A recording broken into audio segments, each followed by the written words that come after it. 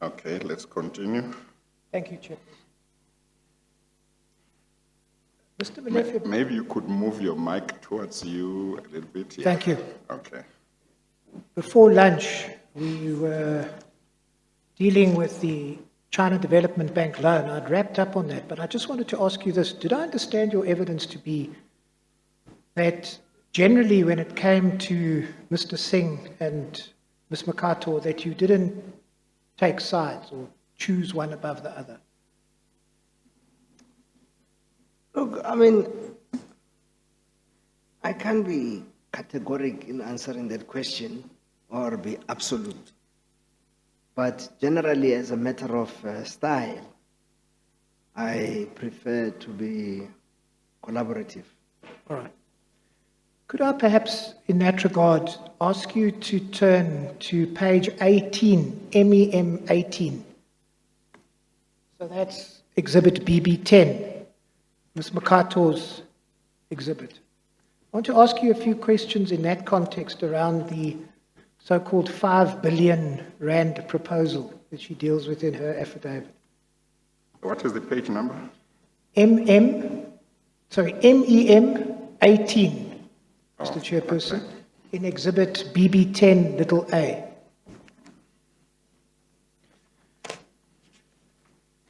Now, if I could direct your attention to paragraph 68.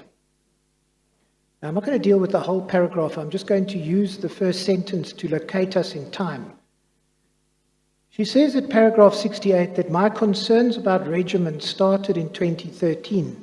One day in 2013, I cannot remember the exact date, but I believe it was in the third quarter of 2013, and she goes on to say she received a call. Could I ask you then to turn over the page to page MM19, and for us to pick up at paragraph 71. Mr. Mybeck, you appear to, or sound like you're saying MM each time. I beg your pardon, MEM. MEM, and it's important because, Yeah. of course, MM is Mr. Mohammadi. I do beg your pardon. Yes, yes. MEM 19.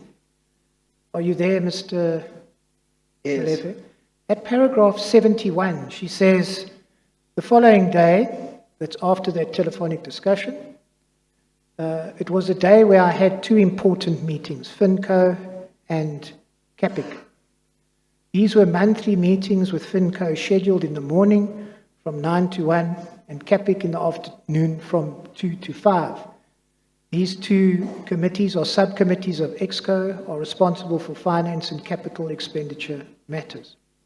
On that day, Anoj Singh came to me, or gave me, I beg your pardon, a funding proposal from regiments in hard copy. And he informed me that it was a very important matter that Brian Molefe needed executed speedily. He said that I should excuse myself from attending FinCo and CAPIC and rather spend the day working on this urgent proposal and draft a memo recommending the proposal for his signature and approval by Brian Molefe. You see that? Yes. You want to comment on that? I can't recall that I had needed a structure to be executed urgently. Okay. She goes on to say at paragraph 72, the regiment's proposal was that regiments will facilitate a 5-year, 5 billion rand loan facility that was to be funded by Nedbank. You see that? Yes. Does that jog your memory at all? The regiments will facilitate the 5-year, 5 billion rand loan. Yes. Yes. Sorry? No, what I couldn't recall was that I had said it must be executed urgently. Urgently, all right. Yes. So if we could go then over the page to MEM 20, paragraph 73. The proposed facility was priced much higher than normal facilities or similar loan facilities or domestic bonds. My calculation indicated that Transnet would have to pay an additional 150 million per annum in interest payments over and above what Transnet normally pays for similar facilities. This translated into potential losses of 750 million over a 5-year period. I shared my analysis with Anoj Singh and indicated that I do not recommend the proposal given potential excessive costs in interest payments. Yes. He responded saying that it is an instruction from Brian Molefe and that I should quickly complete the memorandum for approval the same day. No, I don't recall that there was such an instruction for myself. See? She says in the next paragraph, I felt very uncomfortable with the same day approval request, as we have never rushed funding initiatives before, and definitely not same day, especially given the potential losses of 750 million over a 5-year period. Yes. 75, paragraph 75, I decided to discuss the matter directly with Brian Molefe and went to his office. I told him that I understood that he expects me to urgently recommend a 5 billion rand 5-year loan that Regiments is proposing, wherein 150 million would be unnecessarily incurred per annum, accumulating to 750 million over a 5-year period, with no clear benefits for Transnet. I was irate at that time that I explicitly told him that should we approve the structure, we will go to jail for stealing money, as we are the custodians of Transnet's funds. Do you recall that?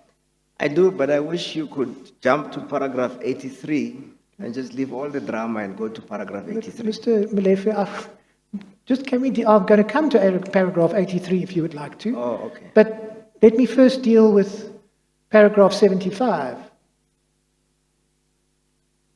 Do you have any comment on it? No, no comment. But do you remember this meeting where she said, if we recommend this, if we do this, we're going to go to jail for stealing money? Yes, I remember that discussion. So you do remember that? Yes. So had you given the instruction that this funding proposal be completed and signed off in 1 day? Which is why I was asking you to go to paragraph 83 and leave all the drama. Okay. So let's then go to 76. The structure was overpriced. We have a direct relationship with Nedbank. There was no need to use a conduit like Regiments to engage with Nedbank. Brian Molefe agreed with me and said that he will handle the matter. The structure was never implemented. Would you agree with that? Yes. Well, I just wanted to say, Mr. Molefe, sometimes the drama is necessary so that one has a good picture of how the atmosphere was in that room as something was being discussed. So I just wanted to say sometimes one needs it, sometimes not. Yes, Okay. Chair, the bottom line is that I agreed with her. Yes. The structure was never implemented. Yeah, okay. But of course, the question arises is how could you ever have required Ms. Makato to sign off on this in 1 day, firstly? I just and said... sorry, if you let me finish. And secondly, on this version, how possibly could you have sought to endorse this type of proposal? I've said to you, I have no recollection of asking anyone to implement a structure in 1 day. I'm not sure where this evidence comes To from. prepare rather than to implement, you mean?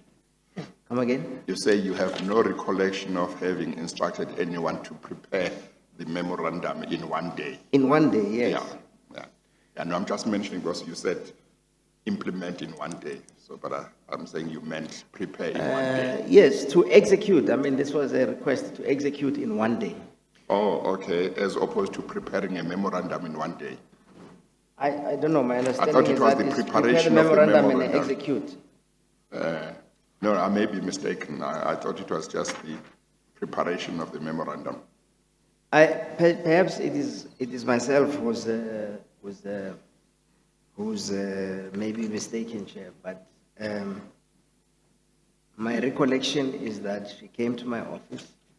Well, I see in paragraph 74 of her affidavit that she talks about, in brackets, same day approval. So the approval was to be on the same day, I think. Yes. Yeah, okay. So you don't have any recollection of that? No. This was a proposal... But I do note that she does say that I said to her that the structure should not be supported. that's not an answer to what I'm probing with you, if you don't mind. This was a regiment's proposal, is that right? Was it? Well, she says at 72, the regiment's proposal was that regiments will facilitate a 5-year, 5 billion Yes, rand loan. yes. The evidence says it was regiment's proposal. And what would their arrangement fee typically have been on? I don't recall, Chair. Yes, I'm asking you, typically, what would it have been for a loan like this? You dealt with regiments and McKinsey in other contexts, like we've been through. No, it depends on what it is.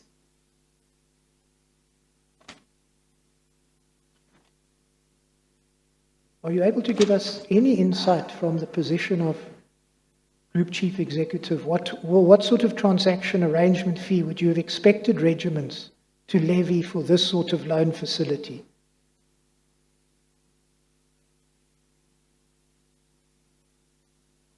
So the capital amount, the capital amount is at 750 million, maybe maximum 2 basis points. So how much would that have translated into? 2 basis points is 0.002%. Yes. So Times 750, 35 million, thereabouts. right? And the other thing I wanted to indicate to you, how could you, I think you accept that what you dispute is you didn't require this to be done in a day, but you were effectively looking to implement this loan agreement. No, Is she wrong? Is she wrong when she says that? Yes. Oh. Maybe that is the impression that was created Right. for her, to her. I remember her bursting into my office and say, this cannot be done, and so on and so forth. And I said, what is it? And then she explained to me. And I said, don't worry, I will not support that structure. But Mr. Singh's evidence is it's what you wanted. Or, sorry, This her is version of what Mr. Singh says is that it's something that you and want. I say, I don't recall asking for anything like that. Yeah, well, I wanted to say, I think his position in relation to the proposal being completed in 1 day or executed on day was he couldn't remember whether he gave such an instruction or not. Is that correct? Yes, yes. Yeah. Well, Okay. yes. Now that I understand, but was it still your proposal? I understand that you No, didn't. it wasn't my proposal. So insofar as she's saying that Mr. Singh told her that we'll suppose we'd have to canvass with Mr. Singh. We have to canvass with Mr. Singh. This paints you in a very potentially a bad light, doesn't it? No, it doesn't. Doesn't it? No, it doesn't. So It would if I had said to her, we must do it. I was just wondering why you never put in a statement contesting this. Because it was never done. Paragraph 83. But Mr. Molefe, the fact that something isn't done doesn't mean that it doesn't reflect potentially very poorly It on doesn't you. reflect on me because I don't recall such a... Yeah, but then why didn't you at least put in a statement to say that or something? I deal with the evidence of Ms. Makhat Yes. in my affidavit. I can't recall what I say there.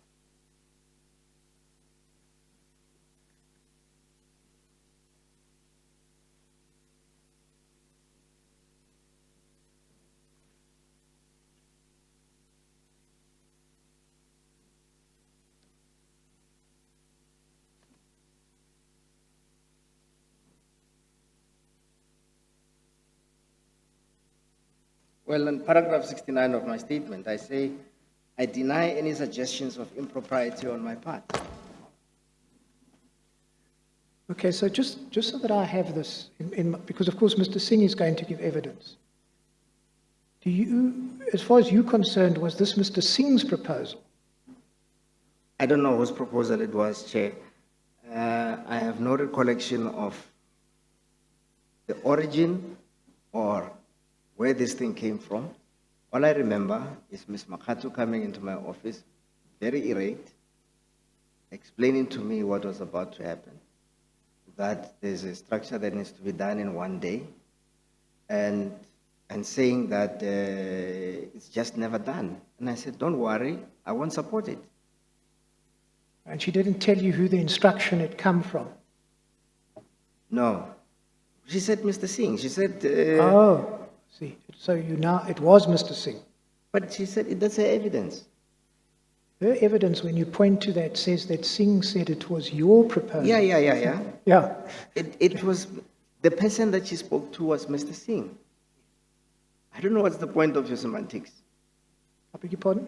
I say, I don't know what is the point of your semantics. No, it's not semantics, Mr. Molefe. I'm trying Ms. to get to the Makatu bottom. spoke to Mr. Singh about the structure.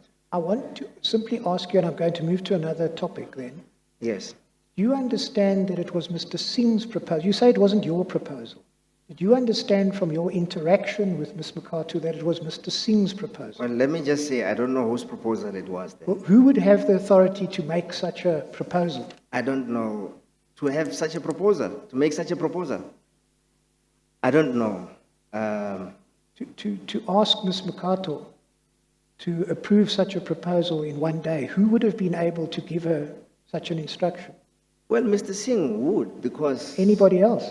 Mr. Singh was her superior. Would anybody else have been able Not to my knowledge. So on the face of it, it seemed, did you assume that it was Mr. Singh or not? To tell you the truth, I did not apply my mind to this. It was just something that was just not going to happen in one day. Let me just ask this to clarify. We know that in her affidavit, Ms. Makatu says that Mr. Singh came to her with this proposal. Yes. Did you get that from her affidavit or from when she was testifying? Or is the position that when she came to your office, she also said that? No. Namely, that it was Mr. Singh who came with the proposal to her, but he had said you had given the instruction. Well, evidence, paragraph 81, says she had lost patience with Anuj Singh and Eric Wood. So it's those two people that she had a discussion with. No, but what I wanted to clarify is whether when she spoke to you, Ms. Makatu, in your office, when she came into your office and she was very irate, whether she did mention that it was Mr. Singh who gave her the instruction to complete or prepare the proposal. She said she had been in a discussion with Anuj Singh and Eric Wood. Oh, okay. Yes. Okay. All right. Thank you, Chippers. All right, I'd like to turn then to a different topic. Still under the heading of procuring consulting or advisors. Do we keep the bundles that we were working with? No, that bundle can be put away. If I could ask you please to retrieve a chairperson bundle 5. And that's the Transnet Exhibit 22, BP10 yes. that goes. And then bundle 5 continues to stay? Okay. Exhibit 22, yes, thank you. Okay. Now, what I'm going to deal with, Mr. Molefe, are what I refer to as the McKinsey stroke regiments consultancy contracts. Perhaps I could start by asking you to go to page 129 of Exhibit 22. Bundle 5, it's your exhibit.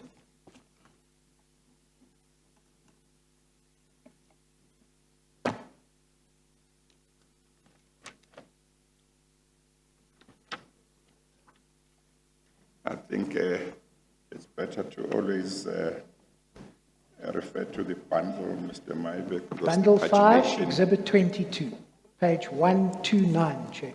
129. Yes.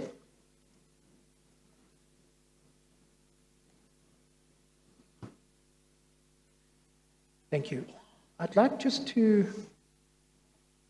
draw your attention to a chronology set out. This is the first money flows report. We'll come back to it later. But it's Yes. paragraphs 44, 45, and 46 on page 129. You'll see that it's recorded that on 31 March 2014, Transnet decides to award the coal line contract to McKinsey and Regiments on a confinement basis without competitive bidding. Yes. Then on 1 April 2014, Transnet decides to award the Kumba Iron Ore contract to McKinsey and Regiments on a confinement basis without competitive bidding. And in paragraph 46, on 3 April 2014, Transnet decides to award the manganese contract and the NMPP contract to McKinsey and Regiments on a confinement basis without competitive bidding. So that is 4 contracts in the space of, seems 4 days. Is that right? Yes. And then if you could go to paragraph 49, that's over the page. You will see there they record that from 28 May 2014 to 24 June 2014, McKinsey and Regiments prepare bids for the coal line, Kumba Iron Ore, manganese, and NMPP contracts with Transnet. Regiments indicates that they will be using Albertine and Homex as its supplier development partners. Albertine is Moodley's company. Homex is a Gupta laundering vehicle, which is ultimately paid more than 100 million rand of the value Regiments receives under these contracts. You see that? Yes.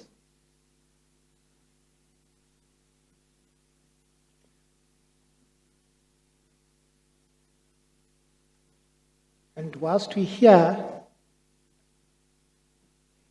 perhaps I could ask you to turn to page 330 in the same bundle.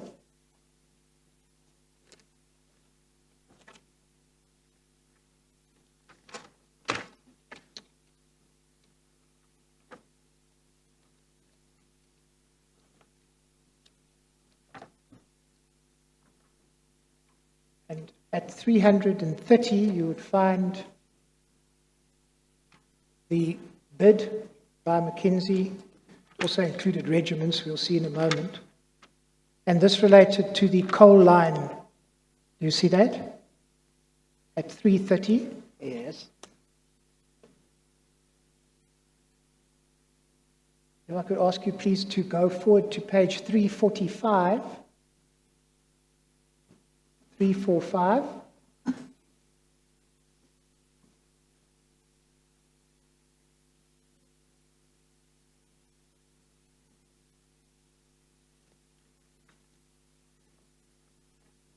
You'll see there that there's a piece on McKinsey and Company, and then at the bottom of the page, there's a piece on Regiments. Do you see that? At 345. Yes. Then over the page to 346, there's a bullet point saying, we, that being Regiments, will subcontract consultants and services from a company advisory, Homex, and Albertine, and provide them with skills development. Do you see that? Yes.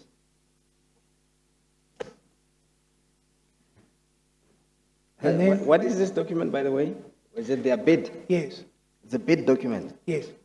Yes. Did you ever see this document? No, no, I never see bid. And then if we go to page 350,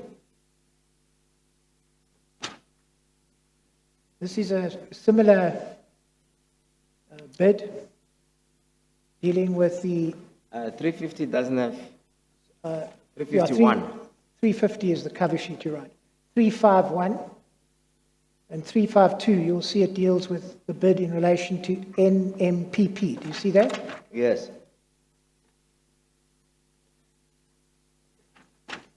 Contains the same content if you go to 361 in relation to McKinsey, and then over the page 362, you'll see this time the third bullet point under the heading Regiment's Capital. We will subcontract consultants and services from companies such as a Company Advisory, Homex, and Albertine. You see that? Yes. So the long and the short of the money flow streams work reflects that we have 4 contracts concluded on a confinement basis in 4 days. And then there were bids submitted by McKinsey and regiments. They indicated, did regiments, that they would be appointing Homex and Albertine as their skill development partners. And money flows say that ultimately what happened is that Homex, the Gupta laundering vehicle, was ultimately paid more than 100 million rand from the proceeds received. You see that? Yes. Now, as I understand your evidence, Mr. Molefe, and I don't want to make you angry after lunch, as I understand your evidence, you say you knew nothing about this. I never saw bid documents.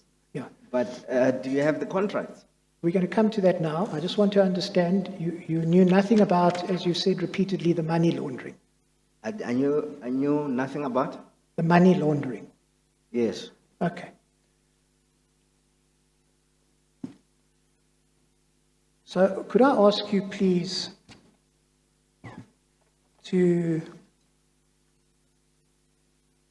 go to exhibit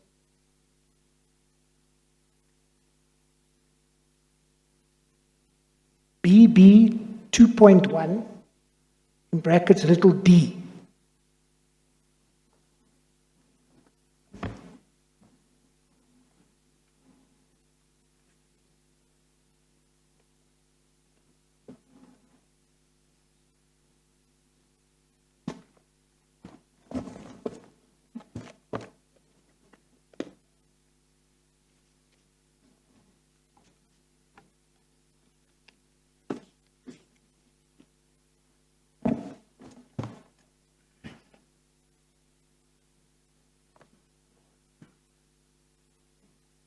Yes. Just give me a second, please.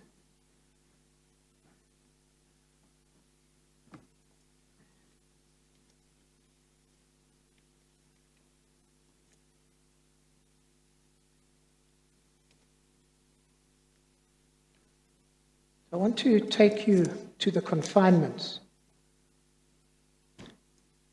So we have 4 contracts, or 4 confinements. Coal, Kumba, manganese, and NMPP. Could I ask you to turn firstly to page, and these are the type page numbers, PSV 1283.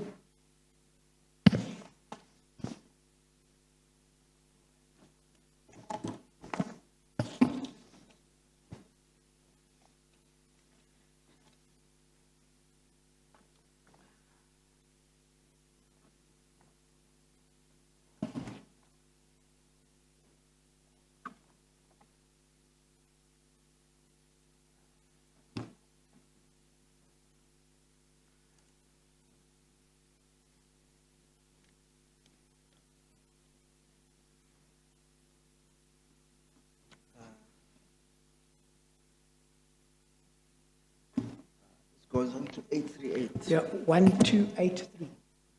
You may have the wrong file. So it's DB 2.1, little d.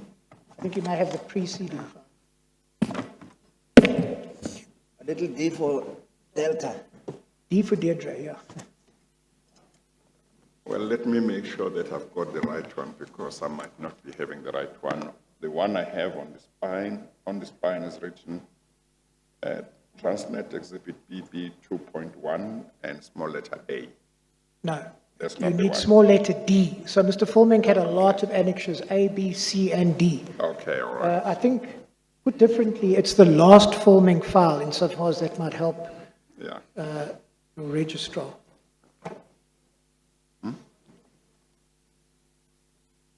Page, I don't know. What was the page? PSV 1283. Okay.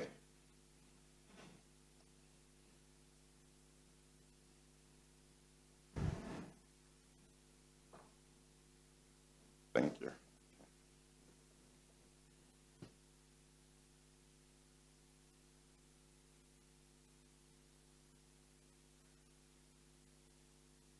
Yes, I believe I've got it now. Thank you. Mr. Molefe, do you have page 1283? All right, so this Switch is on your the, mic, Mr. Molefe.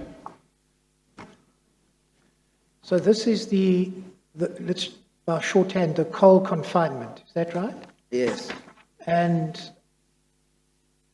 I just want to take you to page 1289. It's recommended that the group executive approve sub 1, the resourcing strategy and remuneration model for the coal line, and then 2, confine and award services for support to the internal team to McKinsey and Company and its BE consortium partners. You Yes. signed off on that, correct? Yes, yes. And then, perhaps just for the sake of the record, because I understand that none of this is an issue unless you tell me differently, could you please then turn to the second confinement, PSV 1291?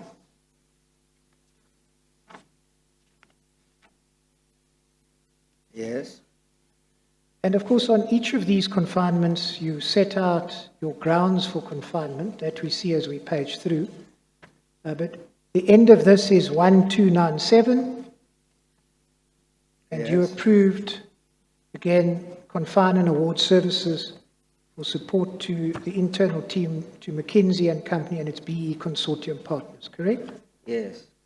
Proposed by Mr. Singh like the previous time, or Yes. compiled by Mr. Singh, I suppose is the correct word, Yes. and approved by you. Yes. And then if I could ask you please to go to page PSV 1299. This is the manganese confinement. I could ask you to fast forward to page PSV 1305. And there you will see similarly at 40.2, confining and awarding the service to support the internal team to McKinsey and Company and its BE consortium. Yes. That we see you approved on the 3rd of April, 2014, correct? Yes. And then the last contract, the NM, or the last confinement, the NMPP, that you find at PSV 1307. Yes.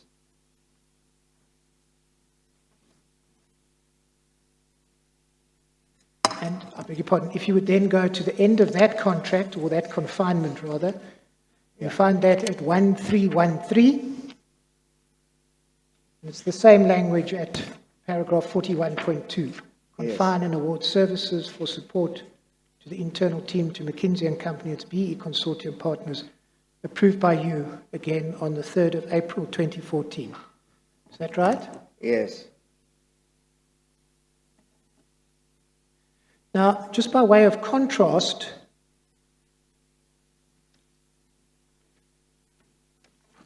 could I ask you, and we may come back to this, to go to page 1273. This is a different contract. It's not amongst the 4 that I'm dealing with now, or it's a different confinement rather, I beg your pardon. It deals with capital optimization and implementation support. Do you see that? Yes. PSV 1273. Are you there? Yes. Just by way of contrast, if I could ask you to go to page 1280, you will see that this has various levels of recommendation. There you have Mr. Mohammadi, Mr. Peter, Mr. Singh, Mr. Molefe, and also then recommended separately, it seems, by Mr. Forming. Do you see there? Yes. That the different type of confinement or different means, correct? What do you mean it's a different type of confinement? What I'm saying to you is here there are various levels of authority and recommendation, whereas in respect of the 4 confinements that I've taken you to, there we see compiled by Mr. Singh and approved by you. Yes, Okay. but yeah, it's not a different type of confinement. It's just Well, it's a different, and my language is wrong, you're right. It's a different approval mechanism. yes. Okay. Now, Mr. Forming gave evidence about these 4 confinements that you approved. Could I ask you please to go to Exhibit BB 2.1, and you can perhaps leave that file open. I want to take you to a different exhibit, Exhibit BB 2.1, but little a.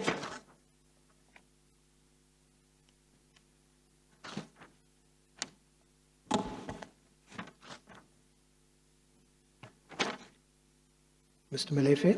Yes. 2.1, little a.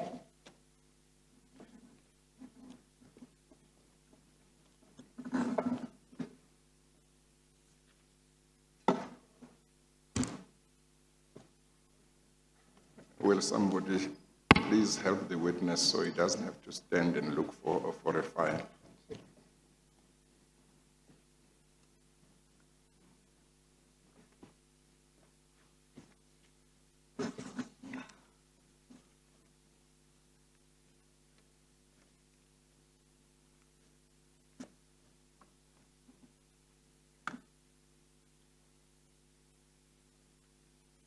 Could I ask you please to turn to page PSV 57?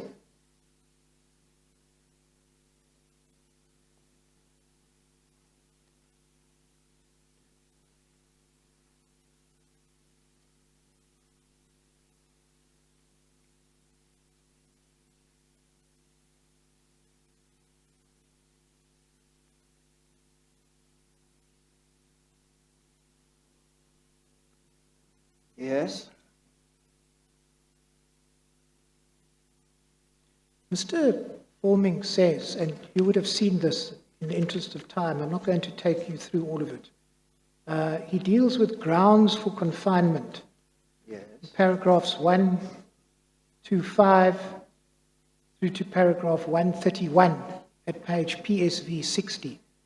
And his evidence was that there were no proper grounds for confinement.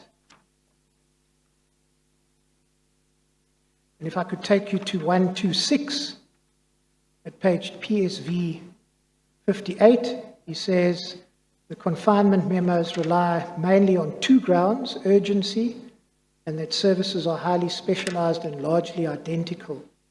And then he deals with that and he provides a criticism.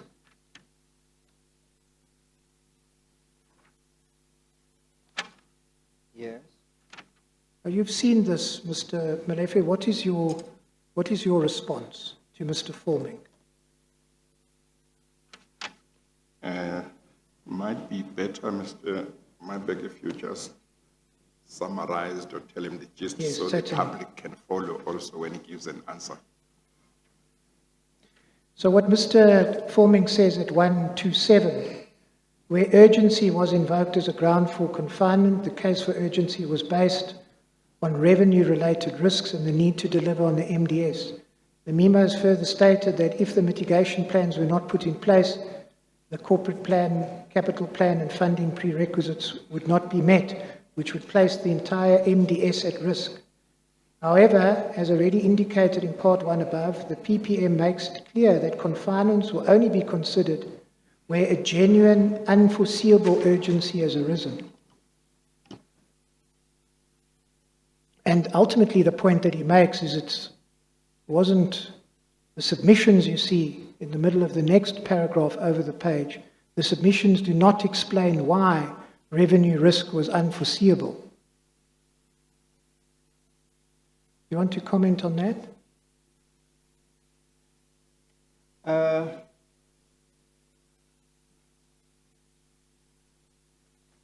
So the issue is urgency or the unforeseeability of revenue risk. Must be genuine, unforeseeable urgency. Yes. He says the submissions do not explain why the risk was unforeseeable. Mr. Molefe, you've looked at all of this before.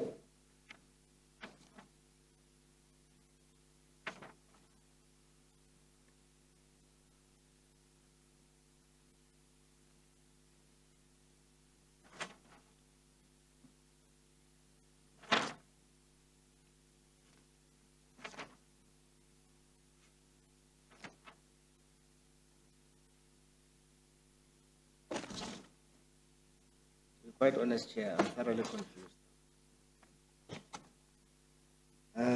The memos that you were talking about earlier, but by the way, in Exhibit BB, Those were in little d. I think I asked you to keep that file open if you wanted. yes. What the first one, what page was it? That's, 1273. yeah, the first one is, I think, at 1283.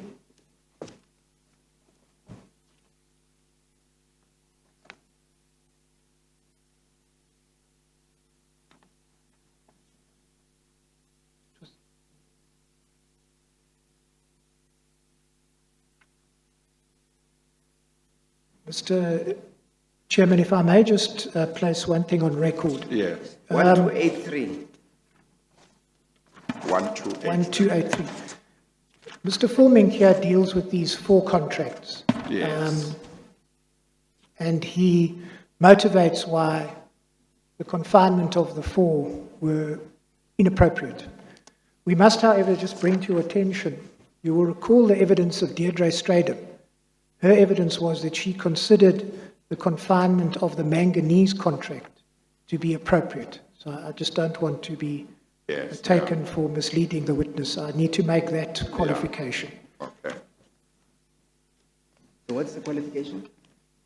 In respect of one of these contracts, another witness, Deirdre Stradham, gave evidence, the manganese contract, that she considered that the confinement was appropriate. Yeah.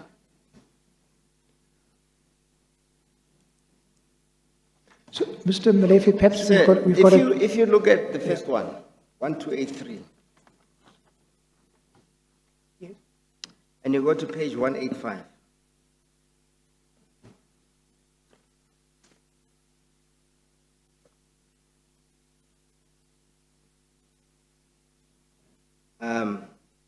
and paragraph 26, dealing with the grounds for confinement. It says, appended below for ease of reference. Sorry, what paragraph? 26. 26. Page 1285. Yes. Appended below for ease of reference is an extract from the current procurement procedures manual, which sets out the grounds for confinement. And it has ground A, B, C, and D. And then over the page, it says, we are of the view that this matter complies with grounds A and D, as set out below. And specific emphasis is placed on ground A and D due to the potential business risks associated with approaching the market on an open tender process, as well as the credentials listed above. And then in paragraph 28, there's a table there that sets out confinement considerations. So I'm not sure which of these in these memoranda that, or even in this memorandum, that Mr. Volmink specifically found offensive. So do I understand you to be saying that, different to Mr. Fulming, you consider the confinements to have been properly motivated? Yes, because I can only go with the memo Yes. that was presented to me, and not Mr. Volmink's subsequent interpretation. So it was a memo So- presented to you. Yes, the memo presented to me has grounds for confinement, paragraph 25 to 29. All right. So I wonder if there is any of these paragraphs that Mr. Volmink considered offensive. Well, I think what he's saying is he doesn't believe that the requirements for confinement were met. As I understand you to be saying, well, if you look at the memo, what was presented to me was a memo where on the face of it those requirements had been met. Yes, because it states out what are the grounds for confinement. It actually quotes ad verbatim the procurement procedure manual, and then it says which of the grounds in the procurement procedure manual are applicable, All right. which is A and D, and then it goes on to take the grounds for confinement as per the procurement procedure manual, and then gives in tabular form the confinement considerations. I mean, I can go through everything and read it All right. as it is in the memo. Could I take you, please, or you have Mr. Volmink's affidavit still open there? Yes. So this is exhibit BB 2.1 little a. Could you go to page PSV 63? 63. Yeah. 63.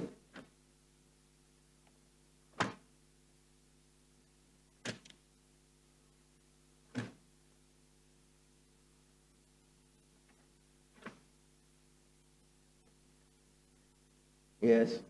You're in the wrong file, Mr. Molefe. 2.1 little a.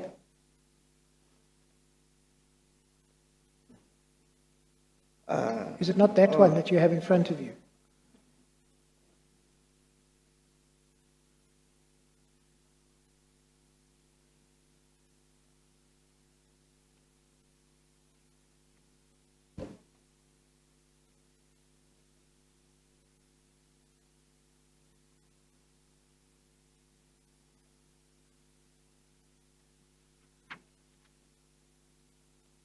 Yes. Can I direct your attention to paragraph 43 under the heading confidential confinements? 143. 143 years. At Yes. page PSV 63. Are you there? Yes. Says, because of the potential for abuse of the confinement process, the PPM introduced multiple levels of review and control to serve as safeguards. First, the end user department and the operating division's chief procurement officer had to submit the request for confinement to the OD's Divisional Acquisition Council and the OD's CEO for prior written support. If the request for confinement was poorly motivated, the submission would be sent back for remotivation. The submission would be sent to group for sign-off only if it was supported at OD level. He goes on to say at 144, at group level, the submission had to be reviewed by the Group Chief Supply Chain Officer, the GCSCO, and the Group Chief Finance Officer, CFO. The practice at Group was that confinements were first sent to the SCM governance for review before they were signed off by the GCSCO and the GCFO. Yes. Over the page, PSV 64, paragraph 145, if the GCSCO and the GCFO supported the confinement, it would be submitted to the GCE, the BADC, or the board itself for final approval, depending on the value of the transaction. The process for the approval of confinements is more fully described, etc. At paragraph 146, these levels of review were introduced as safeguards to ensure that confinement submissions were subjected to a robust review before they were submitted to the GCE or higher for sign-off.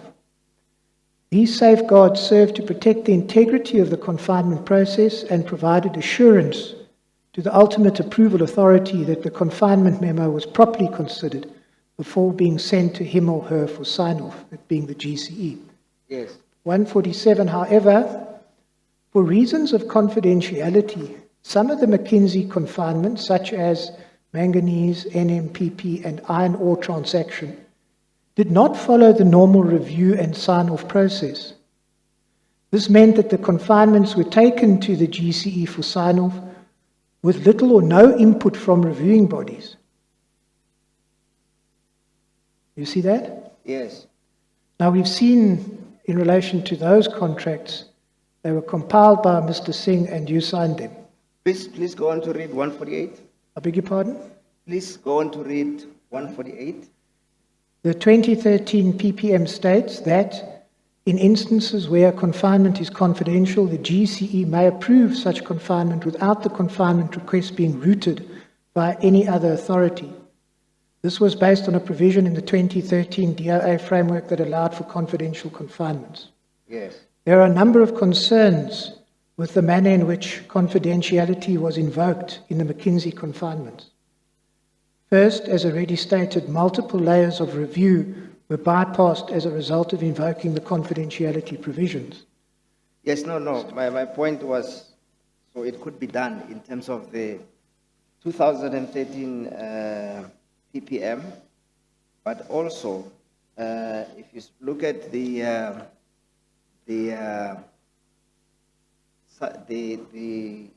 footnote on page 64, Mr. Volming says the 2013 version of the PPM applied to the McKinsey confinement. Yes, but perhaps I could ask you if you wouldn't allow me to also go to another paragraph in the affidavit. Yes. So firstly, he says there are a number of concerns, and he talks about the multiple layers. I understand your answer to that. Then he says, secondly, the confinement memos contain very little, if anything, that explains why the submissions were confidential. Yes. Why were these contracts, why were they confidential? Because there could be a bypassing of the process potentially, but then, of course, it would need to be confidential. Yes. What Chair. was confidential about these 4 contracts?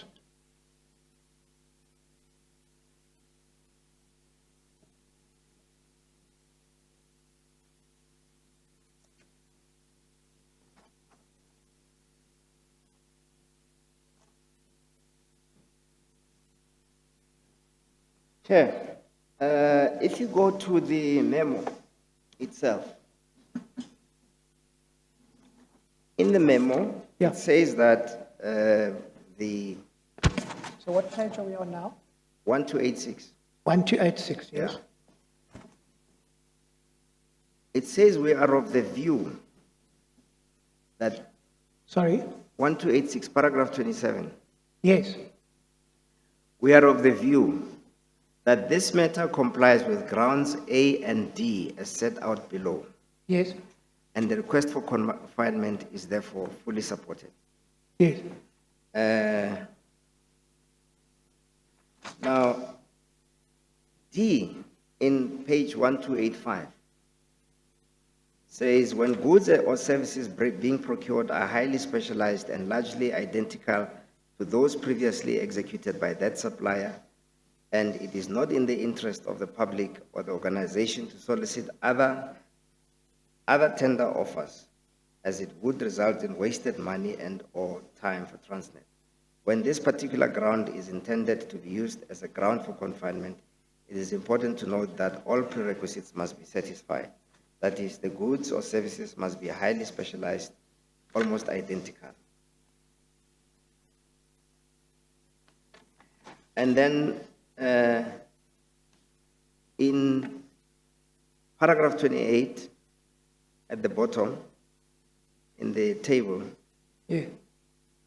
any new service provider would have to develop its own methodologies and tools, as well as obtain operational experience within a coal rail environment.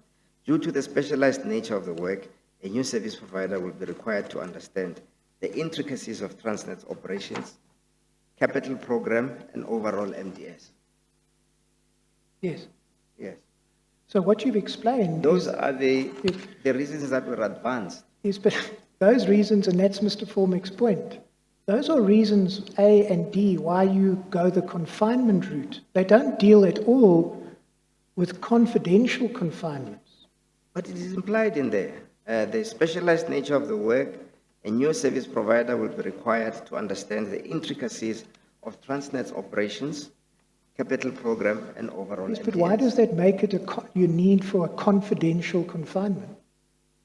No. The question is, did I understand that at the time? Or did you? Of understanding, Mr. Maybeck, please be patient with me. Sure. Well, I'm asking you, did you understand it at the time? No, I don't think that was necessary because I was explaining. Sorry, what do you think was not necessary? Understanding the need for confidentiality? Or is it something else you're talking No, about? Mr. Maybeck interjected as I was answering and said, did you? Okay. Yeah, and I felt that was not necessary. Mr. Molefe, if I might just say that I interjected asking exactly the same question as the chairperson. I simply didn't understand what you said. You're more than at liberty to answer the question. My understanding is that in terms of this memo that were put forward to me, Yes. the reasons, the grounds for the confinement were stated, Yes. and the grounds for the confinement referred specifically to the procedure procurement manual, paragraph 15.1.2, and that they were elaborated on, and I saw nothing untoward at the time of signing. Mr. So when Mr. Volmink exposed afterwards says that it did not cover confidentiality sufficiently, well, I must say that was not the concern that I had at the time. The fact of the matter is that the grounds for confinement are in paragraphs 25 to 28, and at the time of signing this memorandum, I had no issues with the grounds that were advanced. In fact, I felt they were sufficiently articulated. But you approved this by yourself, these 4 contracts. Yes, you did it yourself. I approve everything by myself. Yes, but the point is... After recommendation. Oh, well, that's really what I'm getting at. Yeah. I mean, we've seen other examples. No, the people that recommend. Mr. Molefe, wouldn't you let me Hey, speak? Mr. Molefe, let him finish, Mr. Mayberg. No, but Chair, when he does the same, you must also tell him to let me finish. No, I've done so before, even yesterday. So I protect each one of you from each other. Yes. Mr. Molefe, we just... I think it would be better if we address the Chair. Yeah, well, that's fine. You can do what you want, but the point is, you Mr. accept Molefe, that... You can't divert everything to me. You'd probably be much worse off if the chair was asking the question. So let me rather ask. Can I just... in some respects, you could help us understand this. In relation to these 4 contracts, and you must tell me if my understanding is wrong from what I've seen, you approved them yourself. I mean, Mr. Singh, it wasn't a recommendation by him. He compiled it, he gave it to you, and you approved it. Yes. All right. We've seen one other contract, I beg your pardon, confinement, that went through multiple layers of approval, also of a confinement, correct? Yes. Now, as I understand what Mr. Formink is saying, is that really you don't have the power as the group chief executive to yourself approve any confinement. The only time that you might be able to get close to doing that is in the case of a confidential confinement. But even then he explains that it needs to be reviewed by other parties. So I just want you to assist us with understanding, how did you come to, we talked about these one-man acquisition councils. How did you come, in the absence of this being confidential, to approving these contracts? No, I don't agree with you that Okay. there was the absence of All confidentiality. right. So then I need to, and before I move on, Mr. Fulming Well, said, maybe, Mr. Molefe, before you continue, let me just go back a little bit. I wanted to ask something about the fact that Mr. Singh presented himself in that memo as the compiler of the memo, Yes. whereas we have seen other memos where he was recommending. Yes. So the question I wanted to ask you is whether where a memo that lands on your desk for you to provide approval for something has somebody who has compiled the memo, but there is no indication that that person recommends that you should approve, whether the compiler is taken as somebody who is recommending or not necessarily. He is just a compiler, and it means that you have approved. If you do approve, you have approved without there being anybody recommending approval. Yes.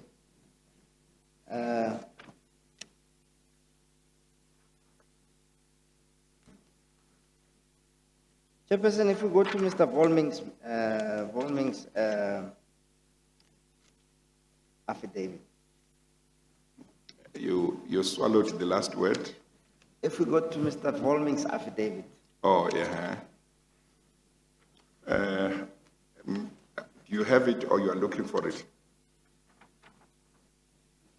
It's on Do you want Mr. exhibit Bravo 2.1A. Did you say D or E at the end? A for A. alpha. Oh, okay. Okay, just continue. Which page was that, Mr.? Or the one with the compiler? The memo? No, Mr. Volming's affidavit. Or Mr. Volume affidavit? Mr. Mybeck, do you want to help Mr.? yes, you find that we were at page 64 last time of exhibit 64, BB 2.1 little a. PSV 64. Sorry, PSV 64. That's where we had stopped. In fact, I think we had stopped at PSV 65. Yes, I am at 65. 65.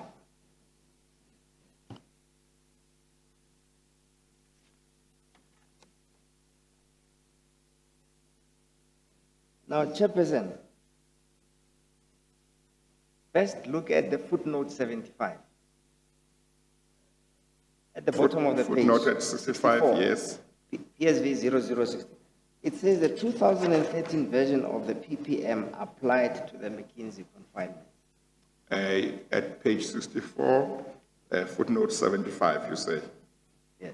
The 2013 version of the PPM applied to the McKinsey confinements. Yeah. Uh-huh.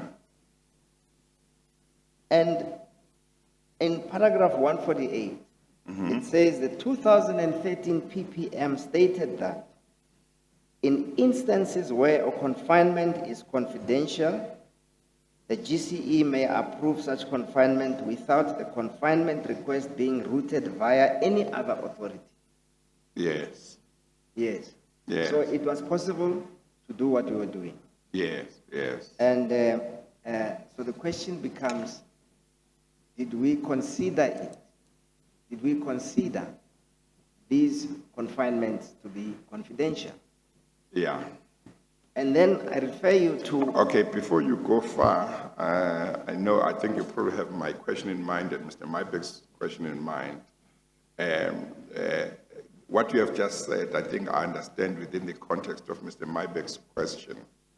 But for me, the only question I was asking is whether compiler was taken to be also recommending or not necessarily.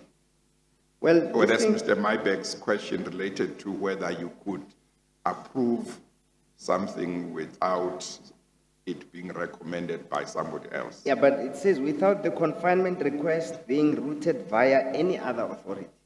No, I understand that insofar as you mean. you did not need to have it recommended by somebody. Yes. I understand that part. Yes. Yes. Is that supposed to mean compiler means just compiler and not necessarily that? Yeah, it could also have been a recommend? compiler, it could have recommended, or it could have Yes. compiled. Yes, okay. Yes, yeah. Okay, you could approve without, so to speak, a recommendation. Yes. Yeah, okay. Although even a recommendation, oh yeah, okay, let's just say even Yeah. without the recommendation. Okay, all right. So now the question becomes, did these qualify from a point of confidentiality to be treated in the manner that the 2013 PPM Prescribed. envisaged or prescribed? And what I said is, all right, okay, fine. Now, where are those things, Mr. Maybek? Oh, yeah. If you go to the memo, the memo on PSV 1286,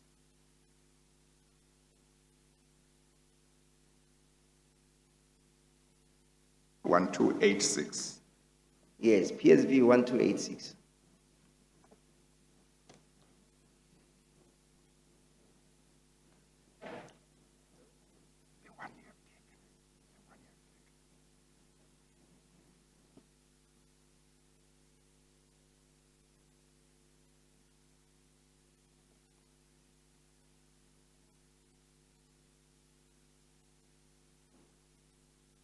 So if you look at in 1286, in that table, PSV 1286, Is that BB 2.1.D? Not really. On the spine? Is that exhibit? PSV 1286, On the spine, what is written? BB 2.1, D for Delta. D for Delta. Okay. And then page 1286. 1286. Okay, I've got it. Yes.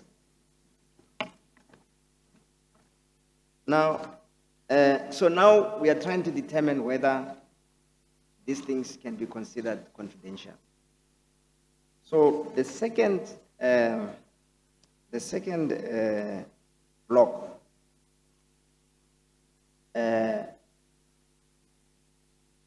D, goods and services being procured is highly specialized and largely identical.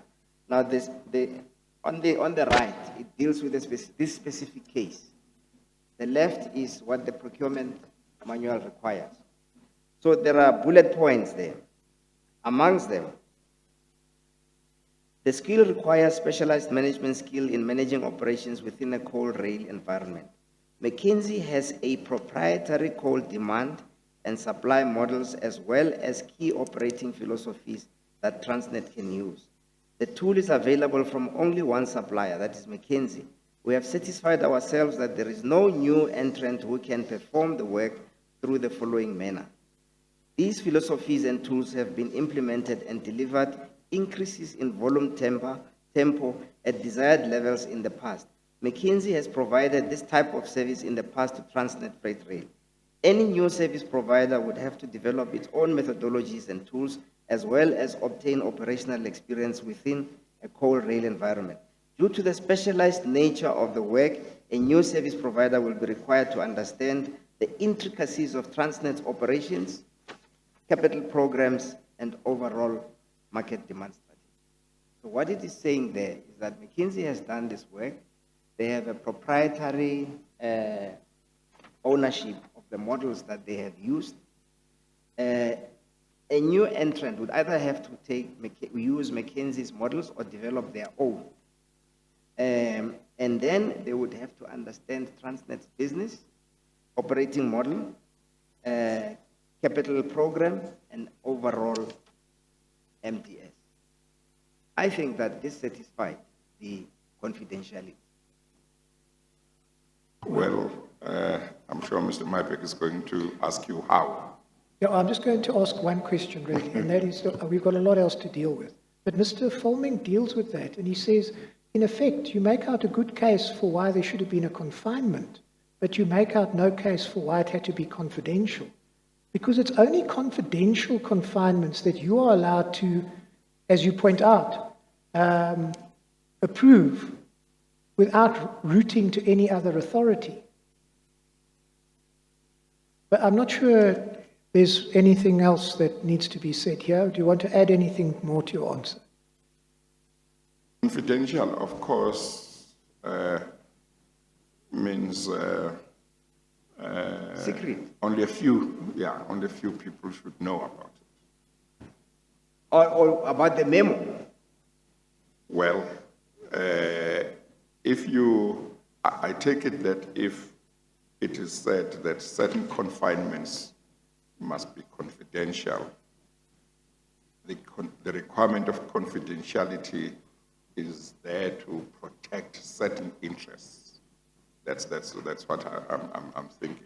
Yes, Yeah. and in this instance, it was the proprietary coal demand and supply models. I agree they were not in the memo, but my understanding of confidentiality was that we are dealing with confidential Transnet information, and in this instance, the confidential information of McKinsey of the proprietary models of McKinsey. So that is where, in my understanding, confidentiality kicked in this instance. That was my understanding. It may have been flawed, but that was how I understood it at the time. Okay. Mr. Meyerbeck. I just wanted perhaps to put to you, I mean, isn't a good example of a confidential confinement really where you didn't want anyone to know within your organization? You were doing something that needed to be secretive, because if people knew about it, that it would undermine that. I mean, one can think of many examples, I suppose.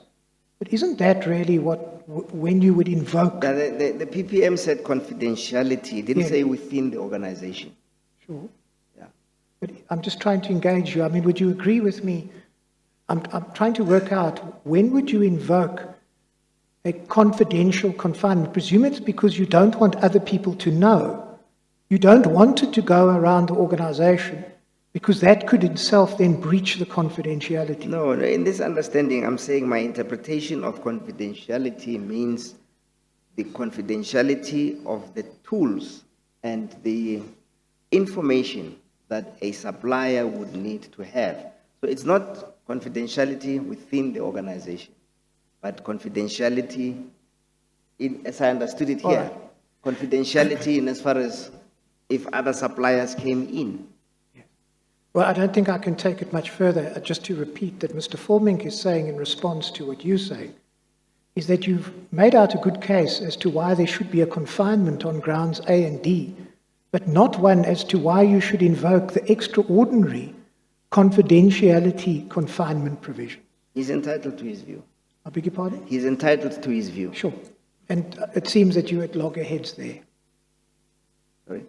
You have different views when it comes to that. Yeah, it would All appear right. that we have different views. Okay. Now, let me move on. I've then dealt really with, so far, a whole series of contracts, consultancy contracts, advisory contracts involving regiments. I don't want to disturb you. I just mentioned this, and Mr. Molefe, you can say something if you wish to, but you don't have to. It may well be that that requirement of confinement was put in there for Transnet's benefit. Yes. And not for outsiders, because it's the confinement that must be confidential. So you want Yeah, the reason for the confinement, Chair, is that where you cannot source the goods or services anywhere else, then you can confine. Let's take... That's just the confinement. Yeah, that's just the confinement. I understand that part, Yeah. So let's say that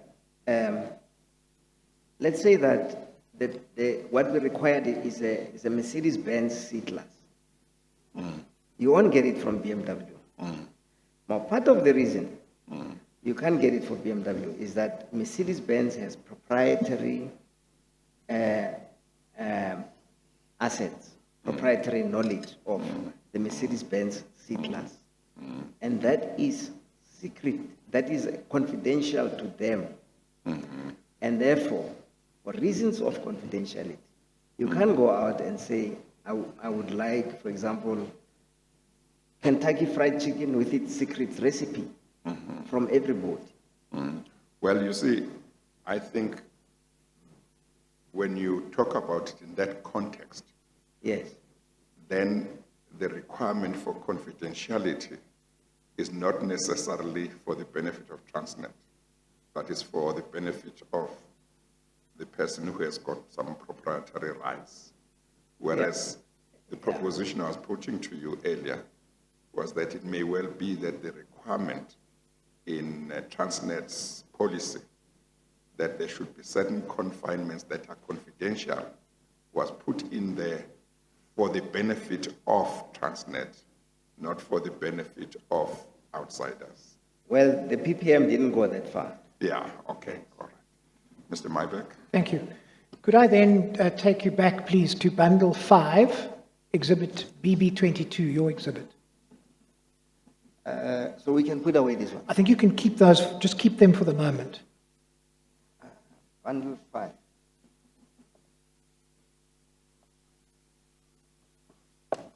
Did you mention the page already or not yet?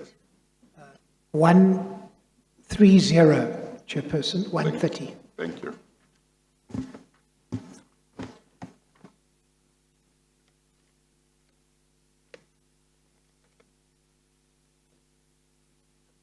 Yes. Direct your attention to two other contracts that you were involved in. At paragraph 51, on 9 September 2014, deadline for submission of the SWAT 2 bid of McKinsey and Regiments. This is another contract that has been awarded for McKinsey and Regiments on a confinement basis without competitive bidding, and which is later discovered to have been used by regiments to launder Transnet payments through Homex and other Gupta laundry vehicles designated by ESSA. You recall that you were one of the signatories to the SWAT 2 confinement. Yeah, I may have been. Do you have the agreement? We'll come to that now.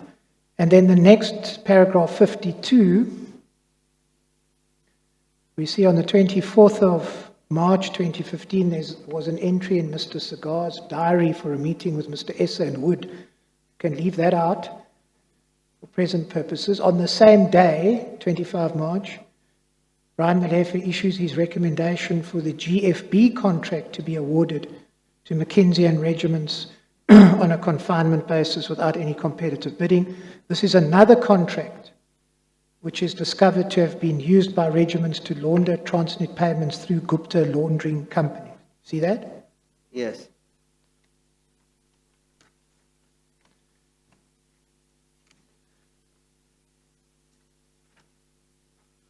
Perhaps I could just take you to those two contracts quickly.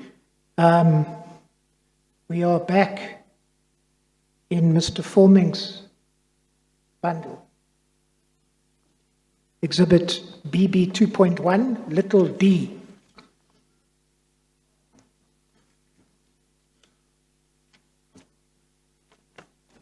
Yes.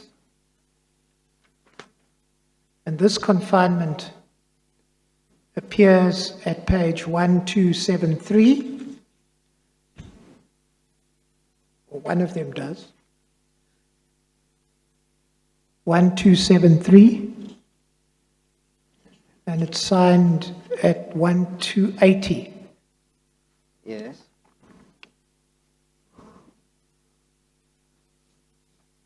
And that goes through various layers, correct? Yes. And then the GFB contract, I think we find at page 1314. 1315. PSV 1315.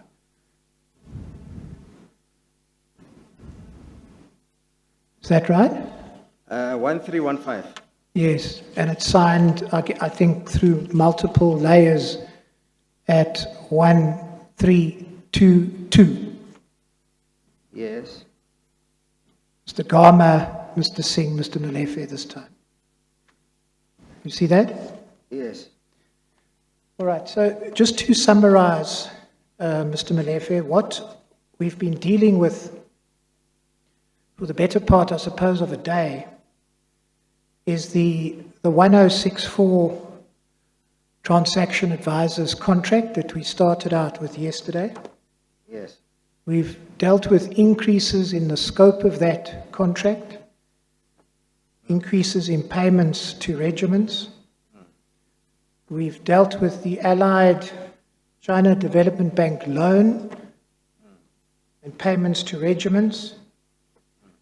We've dealt with the 4 confinement contracts or confinements that were entered into in 4 days. And we've also dealt with these remaining 2 contracts, SWAT 2 and GBF. Yes. That's what we've been dealing with for the better part, really, of a day. Yes. And as you know, certainly according to the money flows team, Yes. all of the, or half of the remuneration, in effect, that was earned by regiments in respect of those contracts working alongside McKinsey and sometimes by themselves, went to Mr. Essa, and there was then money laundering in favor of the Guptas. I just wanted to put that to you so that you understand the extent of the money laundering. It ranges through all of those contracts. You appreciate that, I know by now. Yes. All right. I want then to turn to the next topic, and that is the procurement. Before we close that, if I may, Chair, I think the discussion of these contracts clearly show that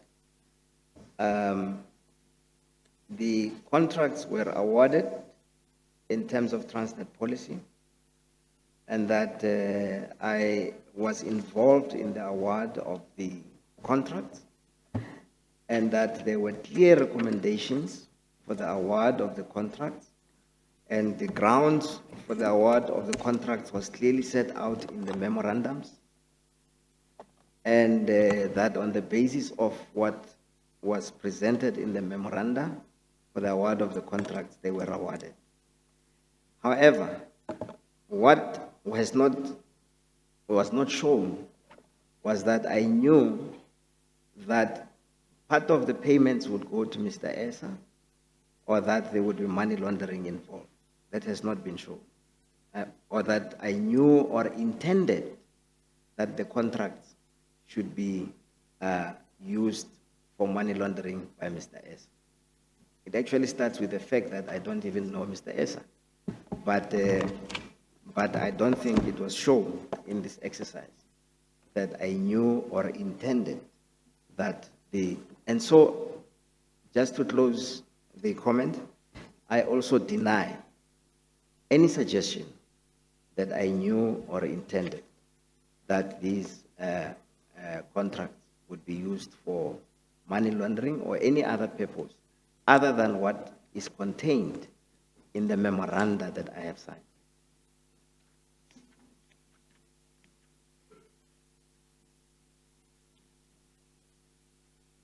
Thank you. So, Mr. Molefe, I want to now move from the procurement of consultants and advisors to the procurement of locomotives. And I'm going to ask you some questions, I'm sure, as you can imagine, in relation to the 95 locomotives, the 100 locomotives. Can I just Which bundle should we go to? It's not one discrete bundle, Okay. Chairperson. Okay. Okay, We also want to undertake a bit of housekeeping, like I am. You will let us know once we do need to go to any particular bundle. I'm going to start by going to exhibit BB3, little a. That's Mr. Mohammedi's bundle.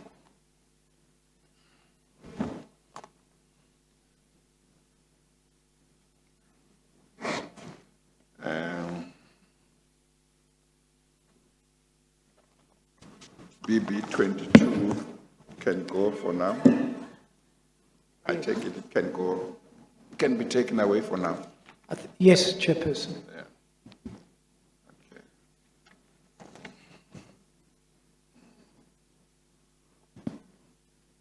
Yes. Now, Mr. Molefe, I'm sure you'll appreciate that I'm going to have to try and focus in relation to the locomotives onto the core issues, otherwise we could literally be here forever. So you'll bear with me. I'm not trying to trick you or not tell the whole story. I deliberately want to try and focus on what I consider to be the key issues. And in relation to the 95 locomotives, I want to start off by just dealing with one discrete issue, if I may. And if I could ask you, please, to turn to Exhibit BB3, little a, that's Mr. Mohammedi's exhibit, and ask you to turn to page MSM 203.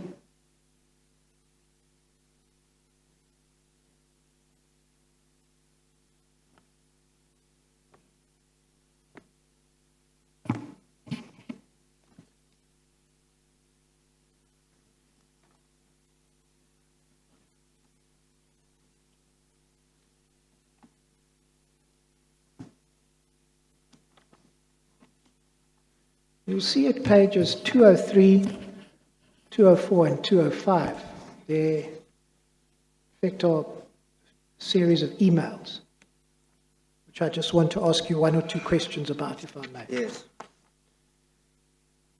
We know that the RFP in relation to the 95 locomotives was issued on the 6th of December, 2011. 6th of December. The RFP was issued Yes. on 6th December 2011. Yes. Is that correct? Yes. Now, if you have a look at the email at the foot of page 203, it's from Mr. Gary Peter to someone at CRS.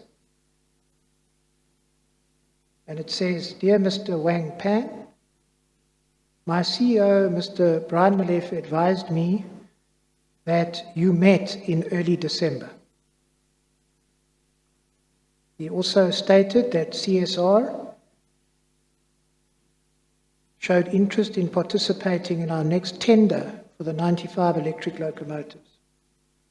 I wish to advise you that this tender has been released and is available." So when in December did you meet with this gentleman? My recollection was that it was before the 6th, It was before? before the tender was issued. Oh, okay. Yes. Well- What actually happened? The meeting was organized by I think it was the Chinese embassy. And they said that there is a company that manufactures locomotives in China. And they have never done any business with Transnet. And that they would like to come to South Africa to have a meeting with Transnet to understand Transnet's business. So they came, quite a big delegation actually. And they made a presentation about their company, and they manufacture locomotives and who their clients are and so on and so forth. At the beginning, of course, we made speeches about how the people of China and the people of South Africa have always worked together and are brothers and so on. So it was a very nice diplomatic meeting. And at the end of the meeting, I said, well, if you're interested, we will soon be having a tender for the acquisition of locomotives. You are more than welcome to bid. And I think that either Gary Peter was in that meeting or I must have said to him afterwards, this company, and maybe I didn't even give him their profile, is interested in bidding for the 95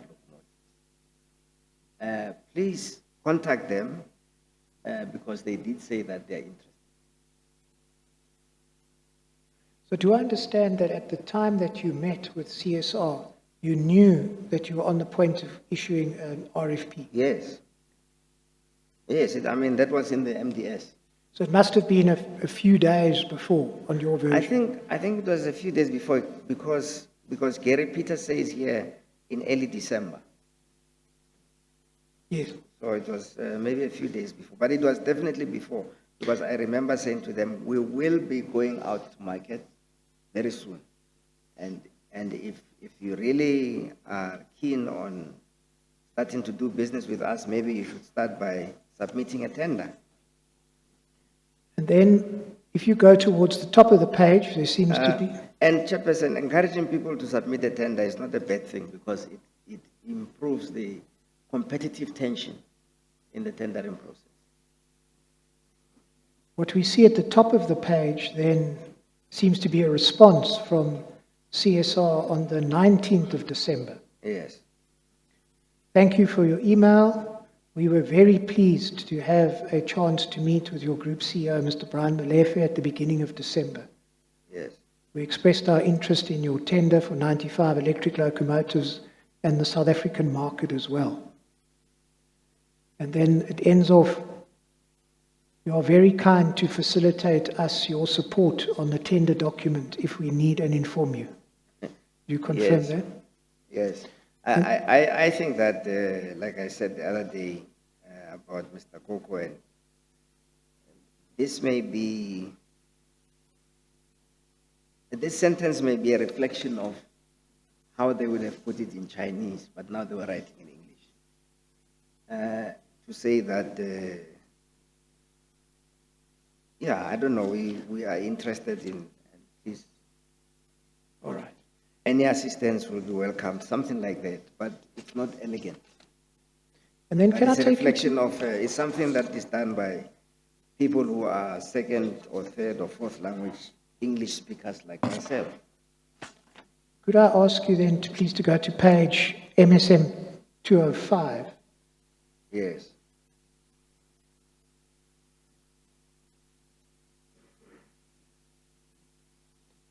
Now, it seems that what happens there is that the email at the foot of the page comes from CSR. Dear Mr. Molefe, please be kind to check attached letter, which has already been sent by fax to you. You see that? Come again?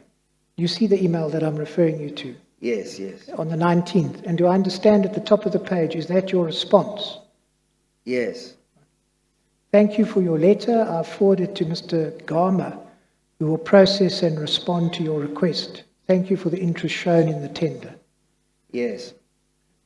And can you recall what that letter said or provided for? I think that letter may have been a request to visit our facilities, our TFR facilities. And all I did was to send it to Mr. Gama, firstly because he's the group executive for TFR. And secondly, if these people were bidding, the bids were being evaluated from TFR. And so they would deal with the fact that if this guy is a bidder and is making contact, what are the implications? So I did not do anything with this letter other than to forward it to TFR for them to deal with as they see appropriate. And what I did was to inform them that that is what I did. All right, I'd like now to move to the 121E electric locomotives. All right? 121. 121E electric locomotives, perhaps just for ease of reference, 100 locomotives. Oh, okay. Chairperson. I don't Okay. know you to move so And the quickly. page where we are going would be, I think we're going to start getting into Mr. Callard's exhibits now.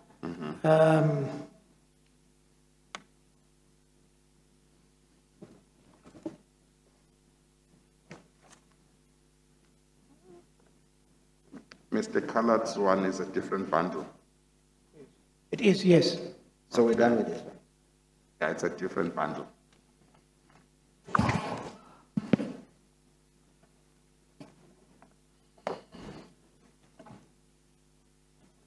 Mr. Callard is BB4 little a.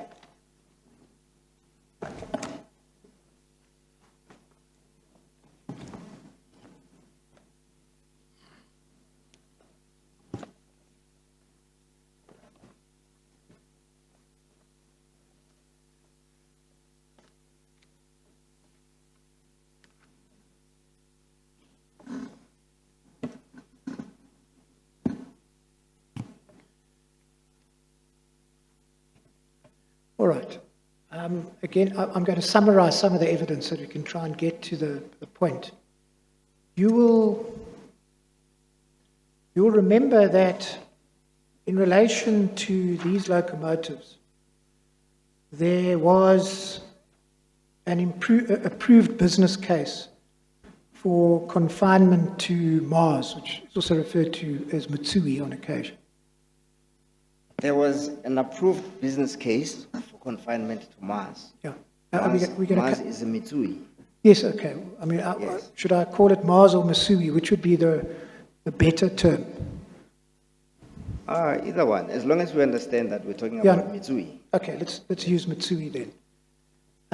But we know that ultimately, and we're going to come to the detail, we know that you withdrew this and you recommended instead confinement to CSR, correct? Yes, In a memorandum to the board dated the 21st of January 2014. yes, And I take it you will accept that several grounds for confinement in the Mitsui memo were then reproduced in the CSR memo. yes, Now, do you accept also that Mr. Callard was the author of the Mitsui business case?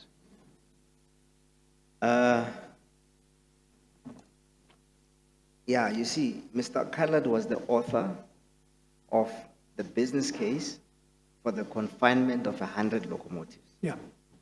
All right. Well, I think we agree with one another. Now, I want to go to the 23rd of January 2014, when Mr. Callard complained to Mr. Gama. And I see, Yes. I see you have some documents there. Do you want to refer to them or what? Yes.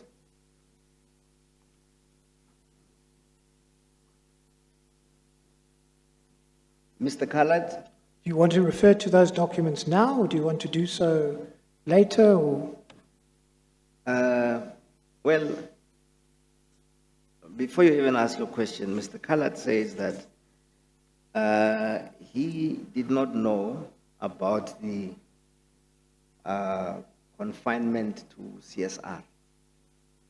And I have, firstly, and the reasons for the confinement to CSR. Firstly, I have documents here, Chairperson, that I got also in the course of the last 1 or 2 days. Don't speak away from the mic. I say, firstly, I have a few documents here that I got in the course of the last 1 Last or 2 night. days.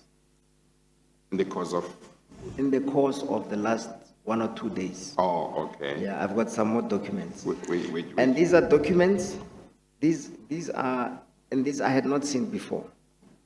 But somebody who is at Transnet came to me Okay, and said that I am aware that they are relevant. Mr. Khaled is saying that he did not know about the confinement for the 100 and the reasons for not confining to Mitsui. But these are reports from engineers that detailed the failures of the Mitsui locomotives over a period of time. In fact, what this guy was telling me was that the train drivers and the engineers on the coal line were relieved that we eventually did not confine to Mitsui. And these are letters and emails to Mars, to the Mr. Ravine, Acting Chief Executive of Transnet Freight Rail,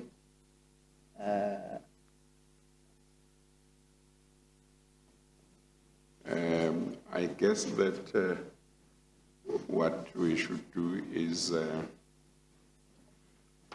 have you got copies for the legal team or not really? Do you have? Chairperson, Did you get a chance to have copies made for the legal team? Of the I commission? don't have copies, Okay, but you but can. I don't mind parting with these copies. Well, maybe you can make them Because- available to Because after today, if somebody says Transnet to me, to the legal team, and they will in due course have a look at them and see what should be made of them. but what is But if- detailed in if- there is that the local. If you need to refer to them in your evidence, I'm sure that can be dealt with. All right, I'd like to take you, please, to page FQC 216.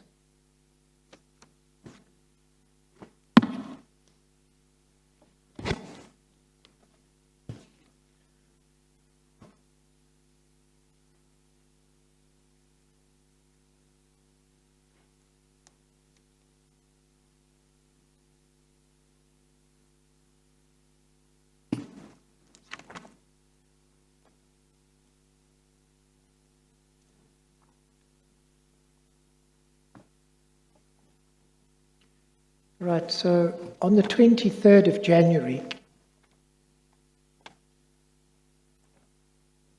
Mr. Callard writes to Mr. Garma, Yes. and it seems also to, is it Mr. Gianni, would it be? Come again? Who's Tammy? Mr. That's Gianni. Yeah. He writes to Mr. Gianni as well. Sorry? Did you say he writes to Mr. Well, I'm Gianni? asking you, it says Dear Sia and Tammy, is that Mr. Gianni? That's Mr. Gianni. All right. He says, this is a difficult mail to write. In helping to format a recent version of the 180 locomotive business case on Wednesday 22, that was the day before, I noticed that the case was changed from that which I had submitted on Monday. This email is because of the nature of those changes and the implications. The implications are technical and in the rationale for the acquisition, which was speedy delivery to mitigate MDS volumes at risk. Project Shongololo was predicated on 19 equivalent locomotives. These locomotives are 26 ton per axle. And then he says, in the next paragraph, the locomotives proposed, this is in your business case, are not explicitly specified, but if a current and delivered design is the criteria, then it is the E20. This locomotive is a 22-ton axle locomotive.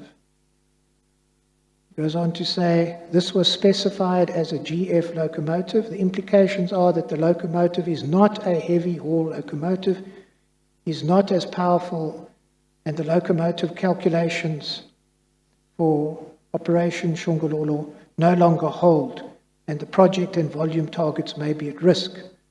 Furthermore, the locomotives cannot interoperate with the current 19E locomotives, adding further complexity. To have the 20E interoperate with the E19 will require that they be fitted with wired DP at an additional cost of around R1 million per locomotive. If the locomotives are of a new COCO design, which will meet the power requirements, then all the arguments relating to time saving, using proven design and eliminating type testing no longer hold. Then over the page at FQC217, the TE assembly line for the current 20E has yet to produce a locomotive. If local assembly is the criteria, then ramping up this line up to meet the 95 20E and this 100 delivery criteria is a risk that has not, in my humble opinion, been visibly addressed. If imported as complete units, then the local content is problematic, though the delivery program is achieved. Respectfully, for your information and consideration. Now, did you ever see this email from Mr. Kellard? No, I just saw it recently. All right.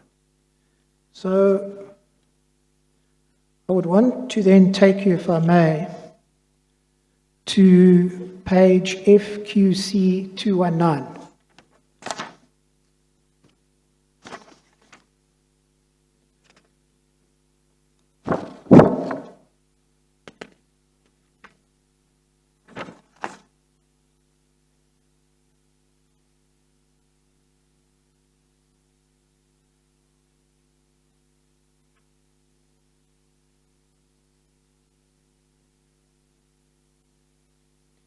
Mr. Garma, Mr. Kellard sent the email to Mr. Garma on the 23rd of January at 15:50. That evening at 21:22, Mr. Garma wrote to Mr. Singh. Yes. Says, "Hi, Mr. Singh. I'm afraid the submission of the 100 locomotives is a mess and will need to be withdrawn. Yes. The 20E locomotive is a 22-ton, this really mirrors what Mr. Kellard had said. The 20E locomotive is a 22-ton per axle locomotive suitable for GFB, while the 19E locomotive is a 26-ton per axle beast suitable for the coal line. The two locomotives types are not interoperable. While CSR can make additional locomotives in China in a very short space of time to mitigate against MDS volume loss, this would be counter to our localization strategy and would have to be spelt out. The 85 locomotives to be assembled by TE has not yet commenced. We cannot yet make any argument that this would reduce the risk. Any argument, therefore, on the 20E ought to have been a GFB argument, which then means we accelerate GFB, but we need to go out to tender for 19E type locomotives. The 20E loco is not heavy haul locomotive, but is a less powerful loco than the 19E. So, would you accept that what Mr. Garma really does is he forwards to Mr. Singh the same concern raised by and large, Mr. Kellard? The same misinformed concern. Sorry? I say the same misinformed concern. Yes. Because their understanding was that the confinement to CSR was for a GFB locomotive and not a heavy haul locomotive. And in fact, Mr. Kellard may have implied that CSR does not have the capacity to manufacture a heavy haul locomotive. But CSR did have that capacity to manufacture a heavy haul locomotive. In fact, the heavy haul locomotives that they manufactured were much, much more powerful for our requirements that were in operation in China. And also the speed with which they could manufacture the locomotives. I mean, their production line is very impressive in how they can churn locomotives out of their production line. So I think that to the extent that Mr. Kellard and subsequently Mr. Garma think that CSR was incapable of manufacturing a heavy haul locomotive, they were not correct. But I think that you may have to speak to Mr. Gama himself and to Mr. Gianni. Now, we certainly are going to speak. Incidentally, I met Mr. Gianni socially somewhere, and he said to me that the commission is refusing that he come and gives evidence. Refusing. Yes, that's where his words. All right. He says they don't want me there. He says it's requested and requested and requested, and they don't want me to come and give evidence. And did he indicate to you that he's happy to give evidence? He said the commission, I don't know who it's in particular. Well, it would be important to see if he has got any correspondence to that effect, or if he can give people's names.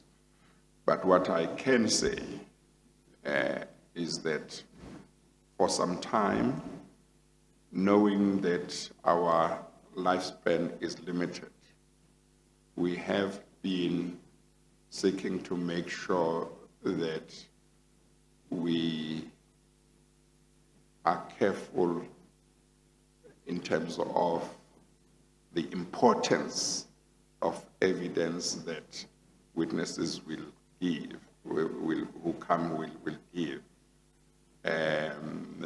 But if there is any correspondence, I'm not aware that necessarily anybody has made any decision on that. But it may well be that what he's talking about is that he may have been in communication with either some members of the legal team or members of the investigation team, and they have not said they would.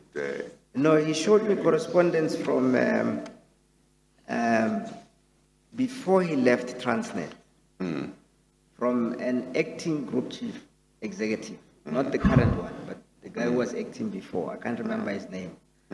His name, which specifically forbade him to come to the commission. Somebody from Transnet. From Transnet, but also on his own volition, he made contact with the commission. Yeah. And was given a cold shoulder. Yeah. And Mr. Gianni's chair was at the center of this locomotives acquisition. It was quite central. He is the person that the newspapers, or Mr. Molefe, in his evidence here, said that he replaced somebody with a 17 years experience with a teacher. Mr. Gianni is that guy who's called a teacher. He started off as a teacher, but ended up with 2 degrees in business. So it was not correct for Mr. Molefe to say that a teacher replaced the chief executive of Transnet Rail Engineering. And that was Mr. Gianni. I think he's key and should be listened to by the commission if you really want to know what happened to the locomotives acquisitions. Well, all I can say is that if he has been in communication with the commission and he believes he has information that would be helpful to the commission and has supplied the information, or has not supplied but would like to supply, he should write to the secretary, or if he wishes to take advantage of the fact that you met each other recently, he gives it to you to give to your lawyers to send to Mr. Mybeck, whatever information he may do so. All what I can say is there will be people who would have wished to come and testify that will not get a chance to, simply because of the reality of time. Some of the people, if they had approached us much earlier, they may have been accommodated, but others might not, because they may be approaching us late. But certainly, what we would want to do is look at the information that anybody brings and assess its importance. As we speak, we are 2.5 weeks away from when we are supposed to end with oral evidence. So that and there are a lot of people Mr. that we Gianni are is trying very to critical. accommodate. I'll give him your cell phone number, Chair, because the secretary is not very helpful because he has issues. I think it has to do with the fact that he once lost a tender and lost a court case.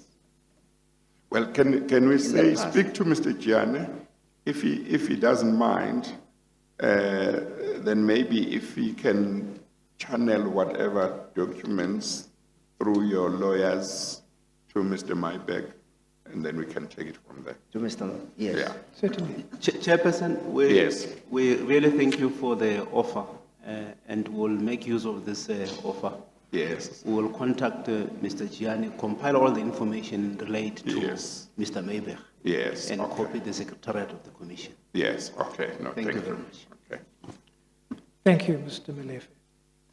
So just that I understand it, when you say that Mr. Garma, because we know we're going to have Mr. Garma here and we will in time deal with these locomotives with him, but just that I understand it, you say he also got the wrong end of the stick.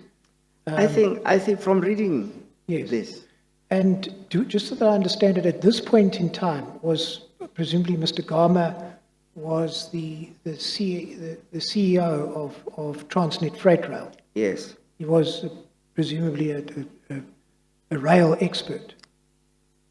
Mr. Gama. Yes. No, the engineers are the experts. Well- Mr. Gama was like me.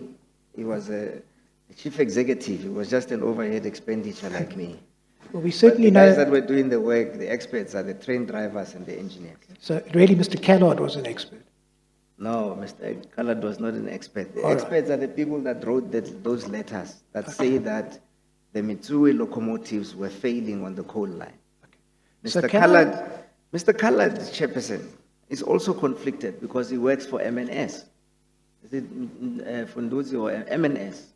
He was hired by MNS as part of their forensic investigation. And I think in the process of this commission, he was at pains to explain or to show how useful he could be to the MNS people.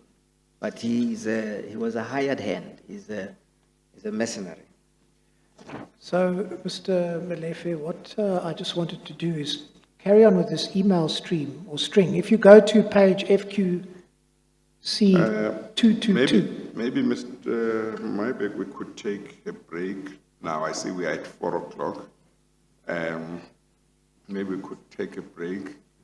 Are we still on the understanding that we'll continue and see how it goes? What's your assessment of how much I still is have left? I have quite a lot still to get through, Chair, Yes.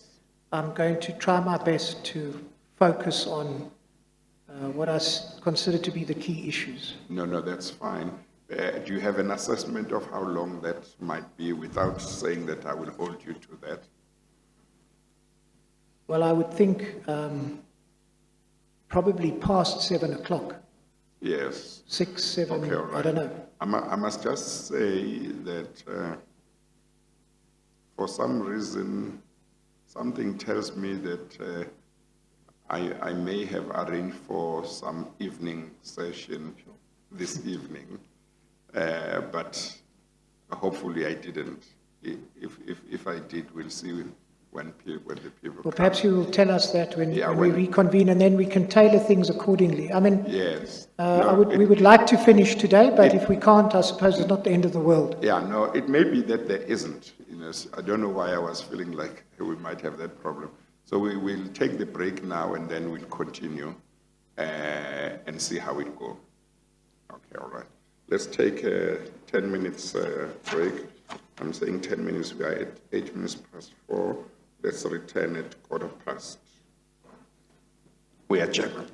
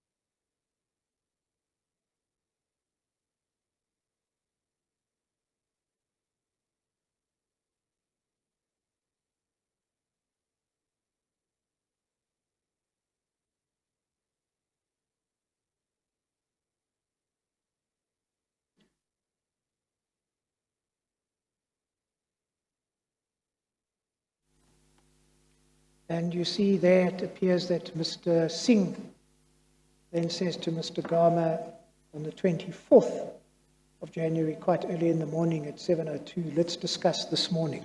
Yes. Now we know that you then go, or there's a memorandum that you sign that's presented at a BADC meeting. That's on the 24th of January, correct? The same day. On the 24 January. Could I ask you please to go to page FQC 244.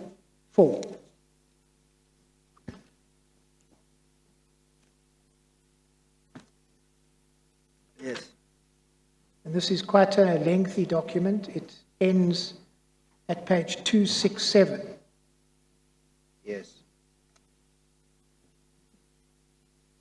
And you see that that was not signed by Mr. Gama. Can you explain why not?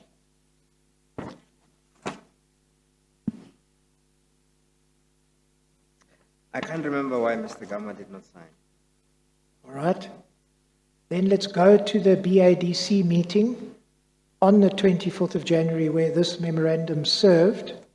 Those minutes you find at FQC 228.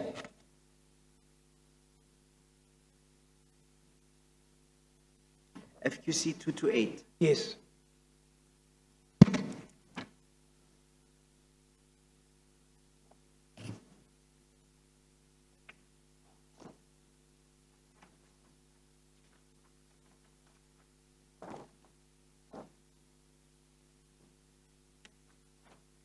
Yes. The attendance reflects you and Mr. Singh as being present, and partial attendance only by Mr. Gama, correct? Yes. Now, at this meeting on the 24th of January, were the concerns of Mr. Callard and Mr. Gama raised and discussed? I can't remember that they were. But like I say, are raised by who? I beg your pardon? You say, were they raised by who? Well, did you raise them? No, those emails were not to me. Yes, but I mean, the point is the concerns raised by Mr. Callard and Gama, were they discussed at this meeting, yes or No, I can't remember that they were. All right, thank you.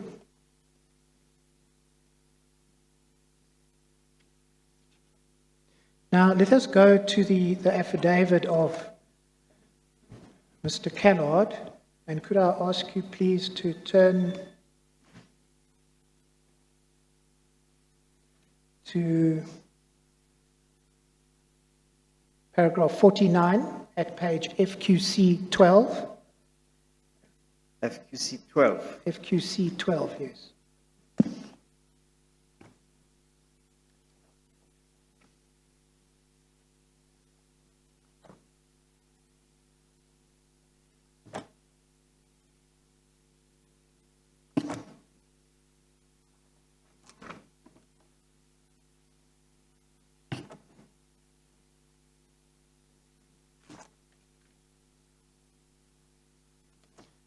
So, Mr. Callard at paragraph 50 at FQC 12 says the minutes do not reflect that the BADC was informed of my concerns raised in the email correspondence.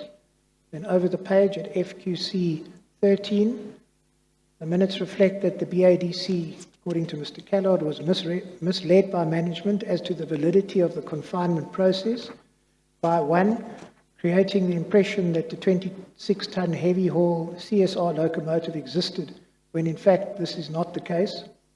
Using Chinese manufacturing facilities to motivate for speedy delivery, which would have negated local content requirements. See Mr. Gama's mail in this regard. And 3, purporting that the confinement was in compliance with the PPM when no previous product existed. Do you want to comment on that?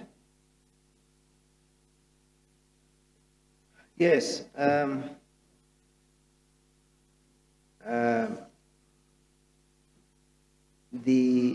The Chinese had a heavy haul locomotive that in fact was even above the standards that were required. So that is not correct. And I even have a model of that locomotive. So that locomotive did exist. All right. Any other comment? The Chinese manufacturing facilities would be used because manufacturing these locomotives in China would give us the 100 locomotives very quickly. On the coal line, which was in dire straits because the coal producers. So this takes us back to that what I had said in the ESCOM stream, because the coal producers had been complaining that their coal is not being taken to Richards Bay, and so we said we can get the locomotives very quickly, but you have to sign take-or-pay agreements, and then there was the incident with Glencore. And secondly, the GFB, because we would take 100 locomotives from the GFB, from the coal line to GFB, to revive the GFB business. So the GFB business required the locomotives. And as far as I'm concerned, the confinement was in compliance with the procurement procedure manual. All right. Then you see at 53 that the 100 locomotives were confined to CSR, and then on the 4th of February, Mr. Callard receives an SMS from Mr. Garma in response to his email of the 23rd of January stating, "I've just seen your email. I would explain to you the GCE's thinking." He says that wasn't followed up. Of course, he had seen it before because he addressed Mr. Singh in relation to it. But I've just seen your mail. I would explain to you the GCE's thinking. Have you any idea what that I don't know. entails? Maybe I don't know. I don't know what it is that he was going to explain to him, but I suspect it may be what I've just told you now. Why did you not just stick with Mitsui? Because they were failing, number one. Number two, there had apparently been several confinements to them. Mm-hmm. There had been confinements to them in the past, and a view had been expressed that we should try not to have existing suppliers that have been supplying locomotives. So they had won the tender quite a few years back, and there had been a few confinements in between.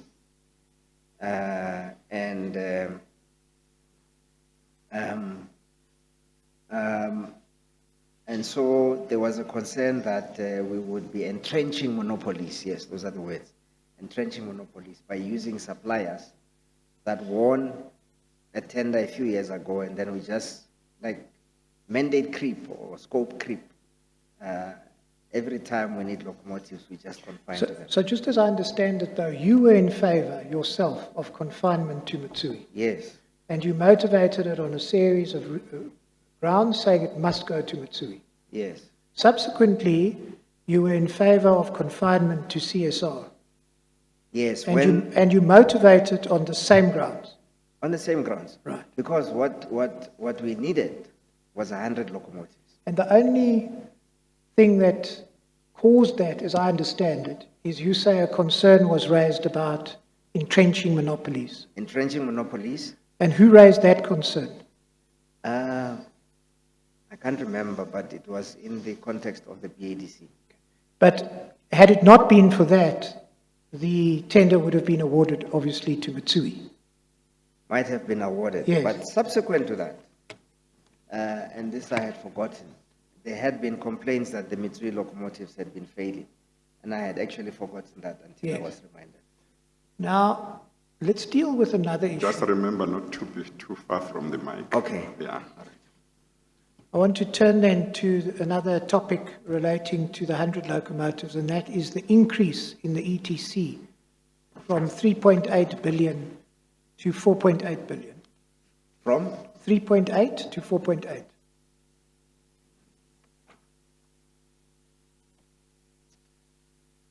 So the evidence seems to be that Okay. the tender was awarded to CSR on the 17th of March 2014. Would you confirm that? Yes. And what Mr. Leher said, and he was part of the negotiations, he said that during the negotiations an offer was made by Transnet of 38.5 million per loco. The counter offer from the suppliers was 49 million, and you agreed then to 44 million. Does that roughly accord with what you remember? What I remember is that the base price of the locomotive was 28 million per locomotive. That was the base price of the locomotive. Yes. Now, the thing about locomotives, depending on where you buy them, is that there are other costs. The other costs include the lifetime cost of the locomotive, which is the cost of maintenance and maintaining it over the lifetime, but also the cost of financing, as well as the costs of hedging the purchase price of the locomotives. So in this instance, and in the other instances as well, our preference was to get a fixed price. Fixed price means irrespective of what happens to the exchange rate, to interest rates, and to inflation, this is the price that we will pay. So we're not entering into a contract where after a few years or even a few months, the supplier will turn around and say, that was the price 3 months ago. Since then, the price of steel has gone up, interest rates, differential between the countries, our countries has widened, and that the exchange rate, as you can see, has moved. So we prefer the fixed price. Now, when you go for fixed price, typically the suppliers would make you pay for it. And this differed and was a subject of negotiation. So the important thing is to know that the base price was 28 million, and then the other frills put it up. And those other frills would differ depending on where you're buying. So buying from China and buying from Japan and buying from America is not, the frills are not the same. Now, But what was comparable is the base price. Mr. Molefe, what happened then, according to Mr. Leher? According to Mr. Leher, Laher, is that Mr. Singh requested him to prepare a memorandum explaining why the price had increased from the business case submission, effectively to justify what had been agreed. And then he went on to say that on the 23rd of May 2014, you approved a memorandum to the Board of Directors for an increase in the ETC from 3.8 to 4.8. Let me take you to this document that Mr. Leher prepared together or on the instruction of Mr. Singh. That you find in Exhibit BB4, little f, and then 2. So it's quite a complicated. BB4, you will find an exhibit BB4, little f.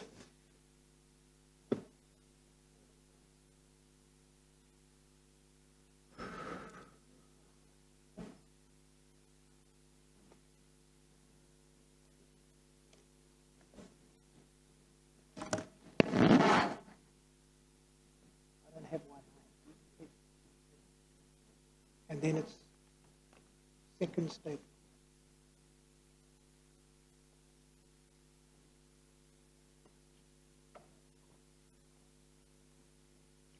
All right, so it's BB4F, and then there are more than one statement in that bundle. It's the second statement. So that's why it's BB4 4 in brackets F2. Yes.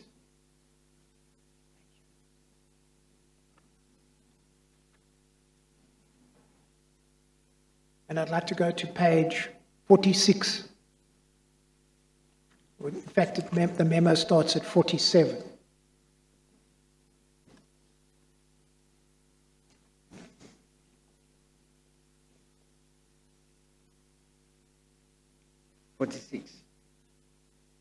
YL RESP 47.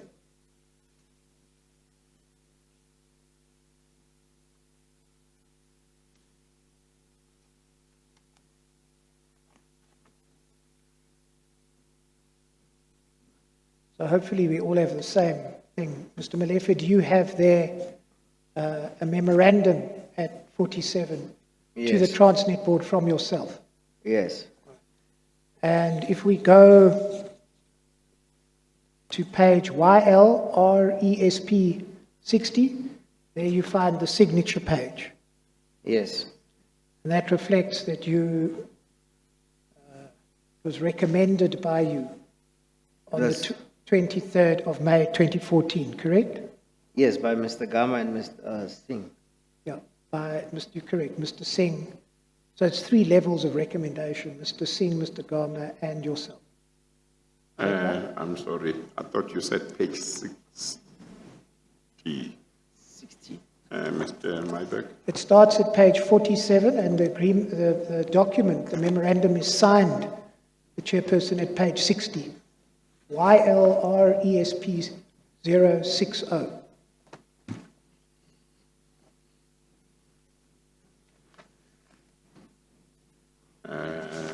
Maybe this is a wrong file. I think,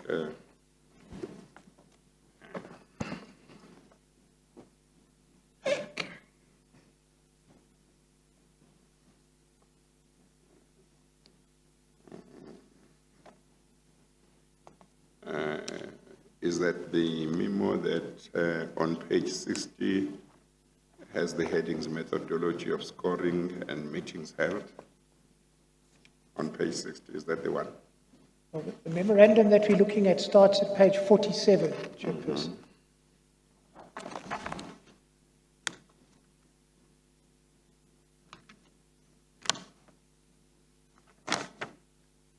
No, I think, I don't think that, let's get, what's the bundle? Is it exhibit BB4 small f? BB4 small f, yes. Okay, and what is the page? it has If you the- just tell me the page, not the exhibit number, just the page.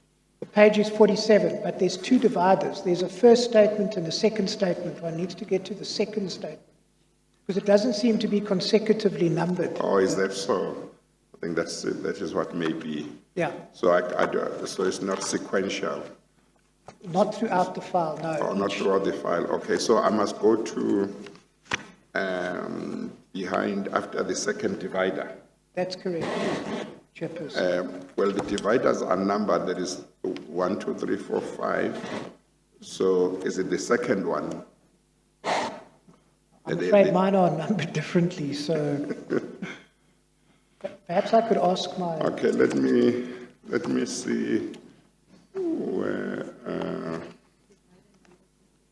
Yes, this is What this is the divider reason do you why have, I Mr. have been insisting Divider number is that 25. the 25. Mr. Molefe has divider number 25. Do you have a 25, chairperson? the bundle or the divider. Divider number 25. Let me see. Well, it's exhibit 25. I don't know. Because that's why I insist that the pagination should be sequential from first page of a bundle up to the end, so that when anybody says page so and so, then we all know there will only be one Yes. such page. You'll remember, chairperson, it seems that this was in the very early days of the commission. Okay, now I think there's a memo here at page 47.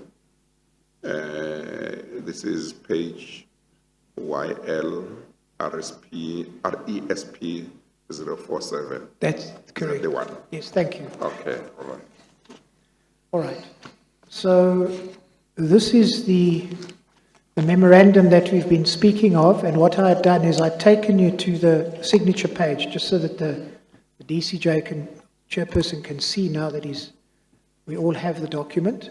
Yes. At YLRSP 060, Yes. there is Yes, I've got it now. there is the recommendation by the three of you, Mr. Singh, Mr. Garma, and yourself. And the recommendation 89 little b at the end is the BOD approves an increase in the estimated total cost for the acquisition of the 100 equivalent class 19E dual voltage electric locomotives for the export coal line from 3.87 billion to 4.840 billion. You confirm that? Yes. Now,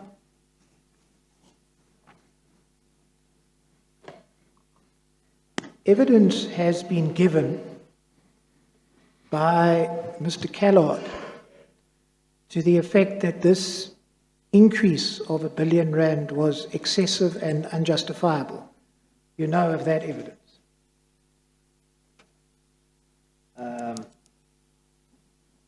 Yes, I may have seen it in the papers, yes. And also, perhaps more importantly, there was the evidence of an expert in the form of Mr. Chaubi, who also testified that the increase was excessive and unjustifiable. Have you seen that evidence? Both from MNS. So what Mr. Chaubi said, and we can go to his report, is that an increase to 4.1 billion from 3.8 was reasonable, but he considered the additional 800 million to be not justifiable. Have you seen that evidence? No. Well, let me take you to that. You were, I think, previously given this, but where you will find it, if you just give me a second.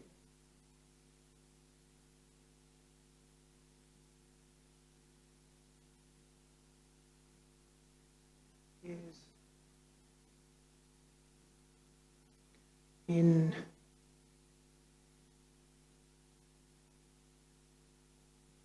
Exhibit BB 8 little b.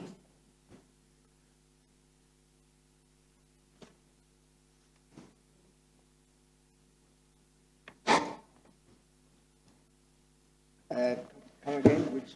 Okay, so it's BB8 little b, and that's divided into point 1 and point 2. So there are two reports by Mr. Chaubi contained in BB8B. So which page number?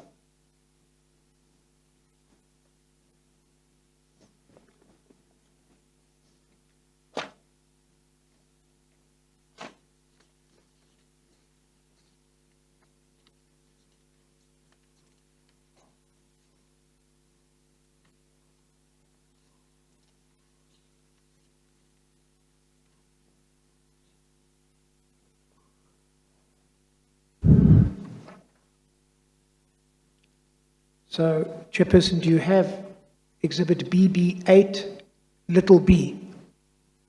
And then you have a point 1 and a point 2. I've got BB8, B.1 and B.2. That's right. If I could take you, please, if you could please go to B.2. It's the second report in that file, right towards the end. What's the page number? And it starts at the first page of Mr. Chaubi's report is page, and these are only red numbers, AOC 100,001.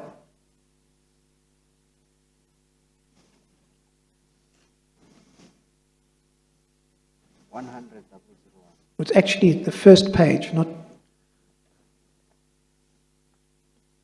Mr. Molefe, you have the report?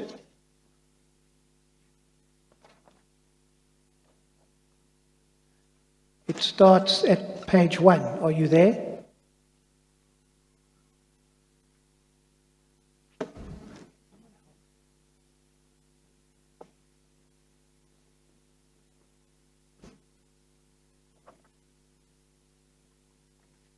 Yes.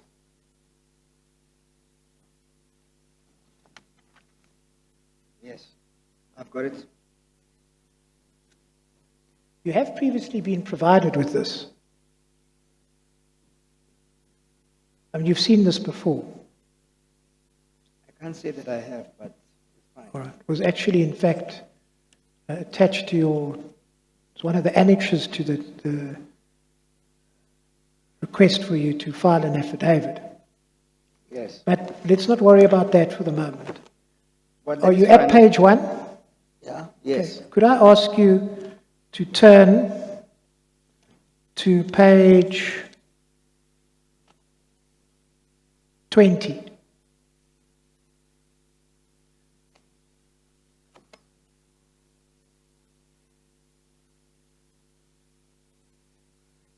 Under the heading Conclusion, at 5.33, in concluding, having built up the price of the E20 dual voltage electric locomotives provided by CSR as at April 2012 to March 2014, allowed for design modification costs as at March 2014 to meet Transnet's 19E dual voltage electric locomotive requirements and mitigated for risks such as foreign currency and inflation, a reasonable stroke acceptable price ETC for the transaction would have been 4.1 billion. The excess of 739 million could not be justified on the basis as explained above. Have you got any comment on that? He's talking rubbish. Okay. Well, let us then... And why do you say that, by the way? Yes, let me come to why I say that. Chairperson, if you look at the memorandum in RESP 049,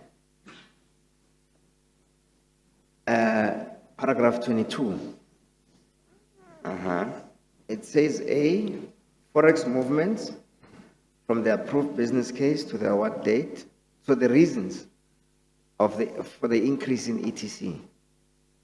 Inflationary related escalations, variations to design for a higher specification, the cost of fixing future escalations over the life of the contract. So this is from the time that the contract is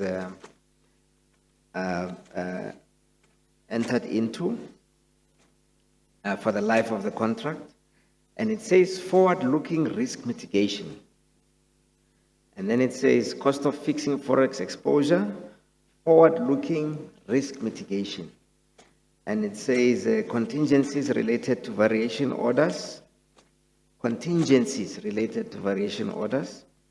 As part of the negotiation process, a further discount of 2.4 million per locomotive was negotiated.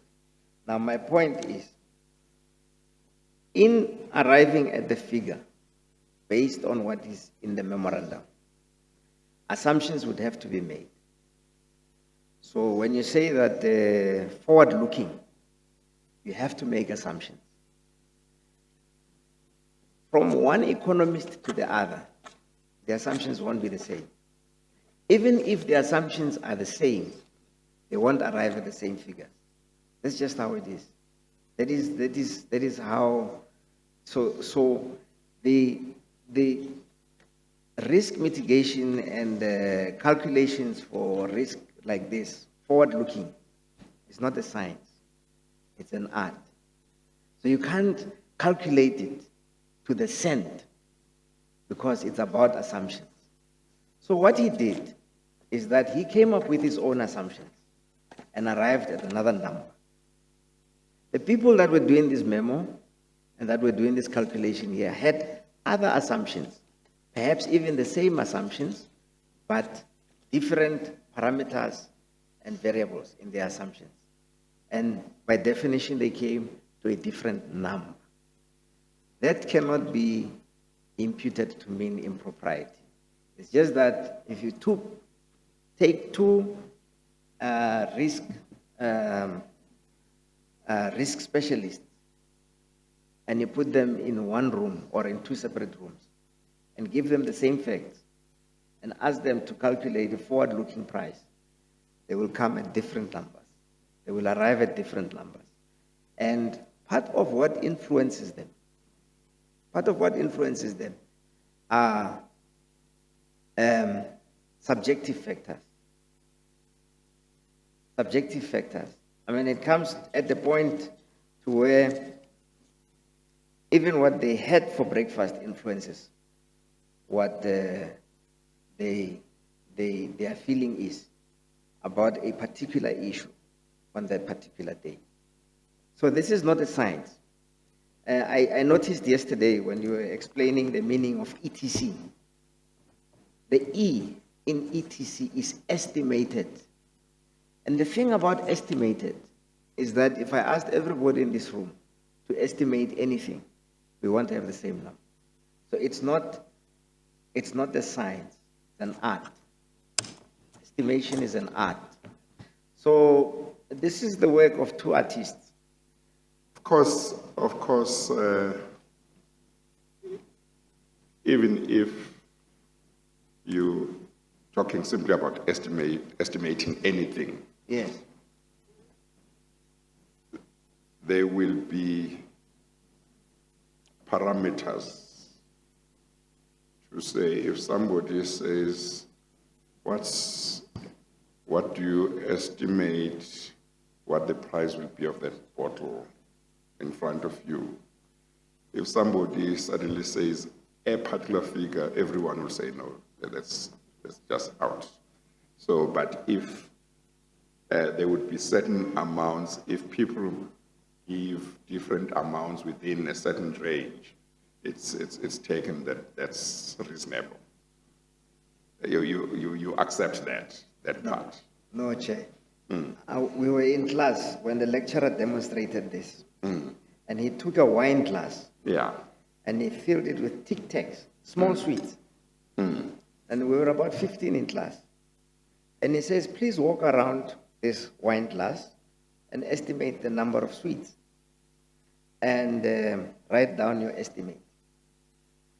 From 15 people, the range valued from about 75 to 400.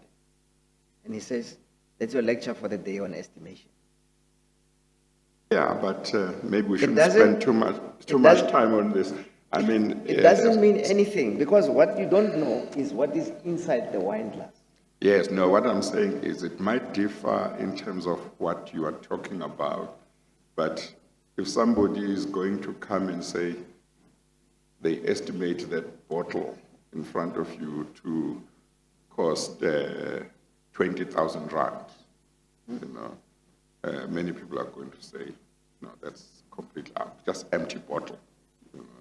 So it might depend on a number of things, but if they say maybe 50 rand, 20 rand, you say maybe that's within a certain range, 5 rand, 10 rand, but there comes a time when you say, but that's too out. Yes. Yeah. Yes. Mr. Maybeck? Yes, I just really wanted to make the point that Mr. Chaubi is an expert. Mr. Chaubi is an expert. Yes. He gave expert evidence. And you've seen his report before. Is he expert to you? I mean, I don't consider his work to be the work of an expert. But you were given this report before. Yes. Correct. You Yes. didn't go to your own expert to get a contrary view. You just want us to accept that, look, this is an art, not a science. I mean, that's essentially what you want the chairperson to do. That is what I'm saying. I'm All right. saying that the estimation is an art, not a science. So Mr. Chaubi cannot come here with definite numbers when all he did was estimate. All right. you got anything else to say about Mr. Chaubi's expert opinion? No. I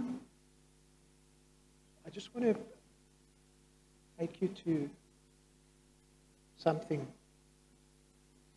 in your exhibit. Remember to speak Bundle not too 5? far from the mic. I beg your pardon, Chairperson. yeah. Bundle 5, Yes. Exhibit B22.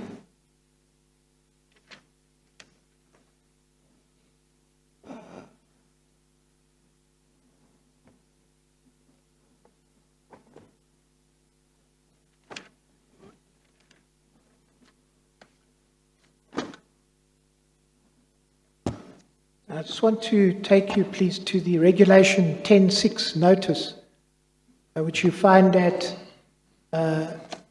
page 12, or sorry, page 14, black numbers.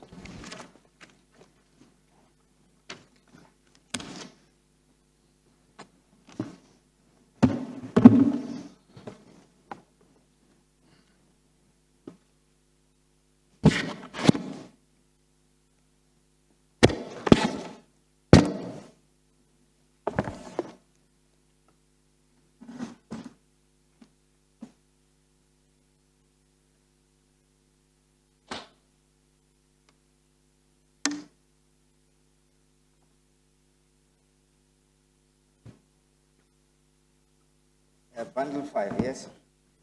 Bundle 5, Exhibit 22. Yes. Page, and now we're referring to the black numbers on the left-hand side. Page 14. 1-4. Yes.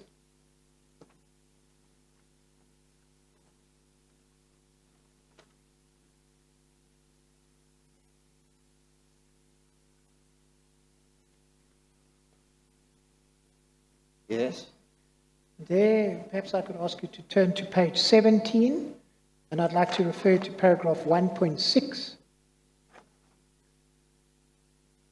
And just to confirm that you were asked about the opinion of Alistair Chaubi, this is at page 17, that the increase in the ETC of the 100 locomotives from 3.8, I paraphrase, to 4.8 was unjustifiable. Your attention being drawn to his statement dated the 26th of November 2019, Exhibit BB 8B2. You were given this report. Yes, yes. Right. And whilst we're on that, there's something I've wanted to ask you some time ago. If you have a look at paragraph 1.9 on the opposite page, page 18, you see there you were asked a series of questions about McKinsey and regiments. Yes. Sub 1, the confinement and appointment of the consortium, including McKinsey, Letsema, etc. Yes. Then the decision to replace Letsema Yes. and Nedbank with regiments. Yes. The cession and the payment of the 78 million, things we've gone through already. The confinement and the appointment at paragraph 194 of McKinsey on those 4 contracts that you were involved in, and also the confinement and award of the GFB breakthrough. Those are things which we've already dealt with in a lot of detail. But what I wanted to ask you, Mr. Molefe, is where do we find in your affidavit your response to all of these issues, dealing with the McKinsey and regiment contracts? Your affidavit, we know, starts at page 28.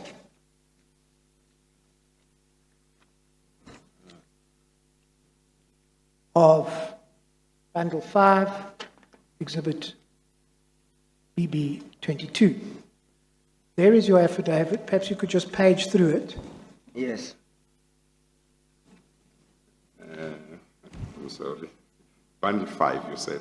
Yes. Yes. Okay, no, I didn't realize it's right in front of me. It's been a long day, DCJ. It's been a long day.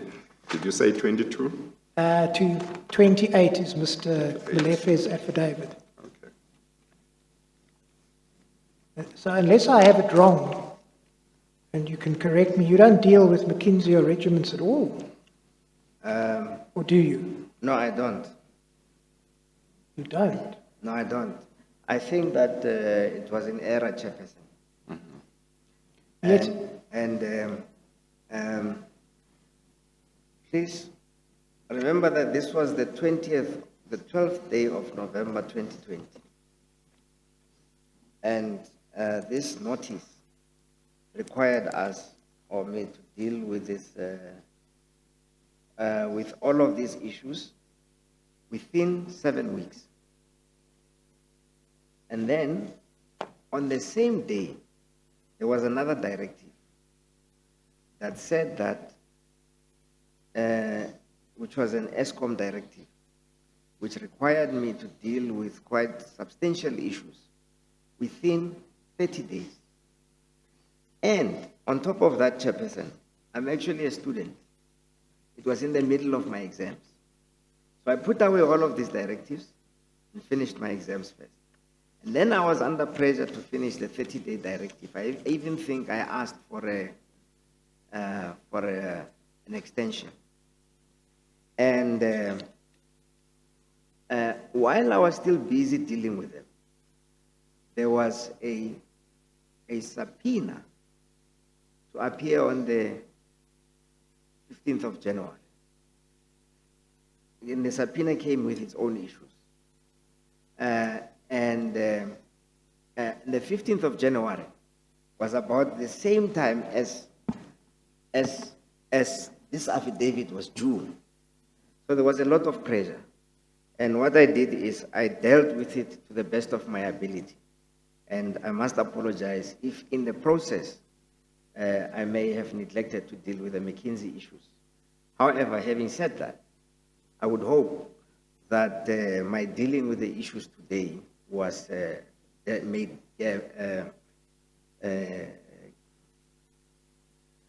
Was adequate. Did them justice.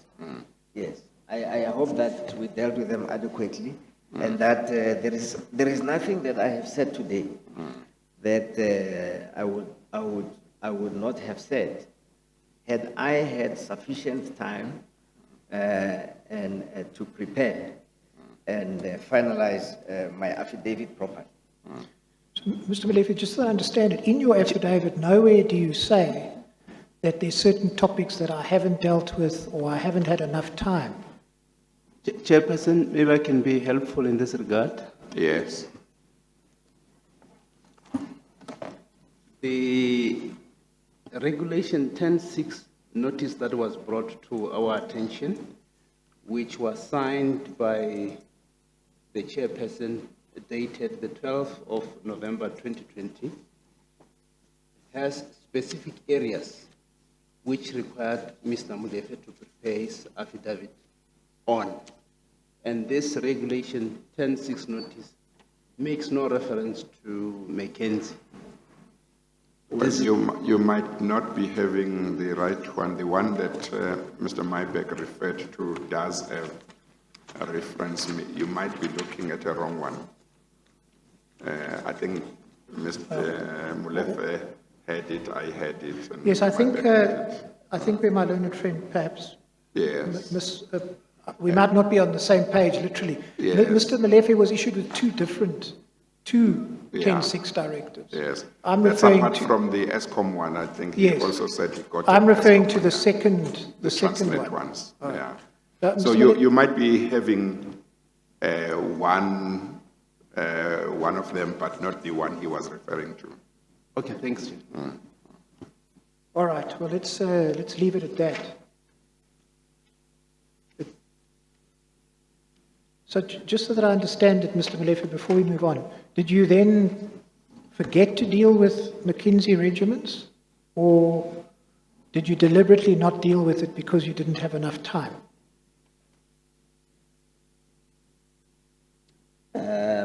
I think I did not deal with it because I didn't have time. Yet you didn't But- mention but- that in the affidavit.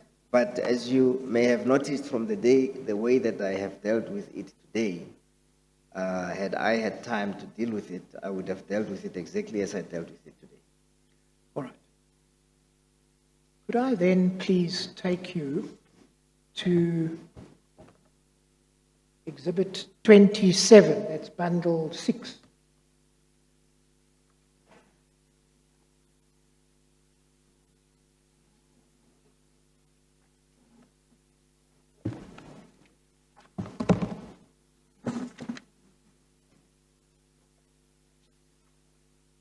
Are we going to go back to PSV anytime soon, or can I? No, I don't think we are, Chairperson. Yes, so they can take it away.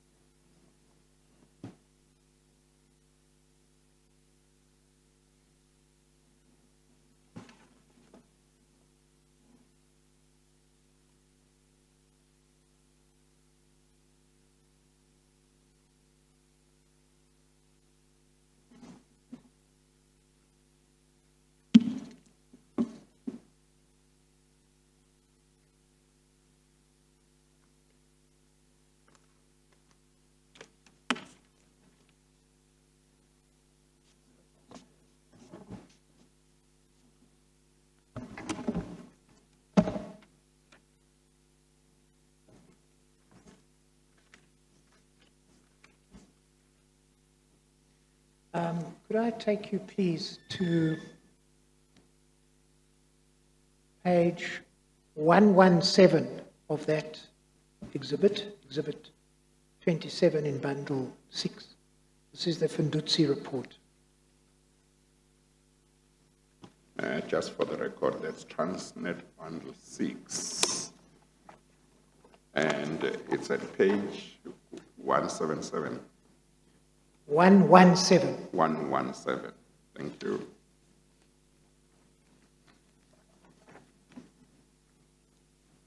Are you there, Mr. Molefe?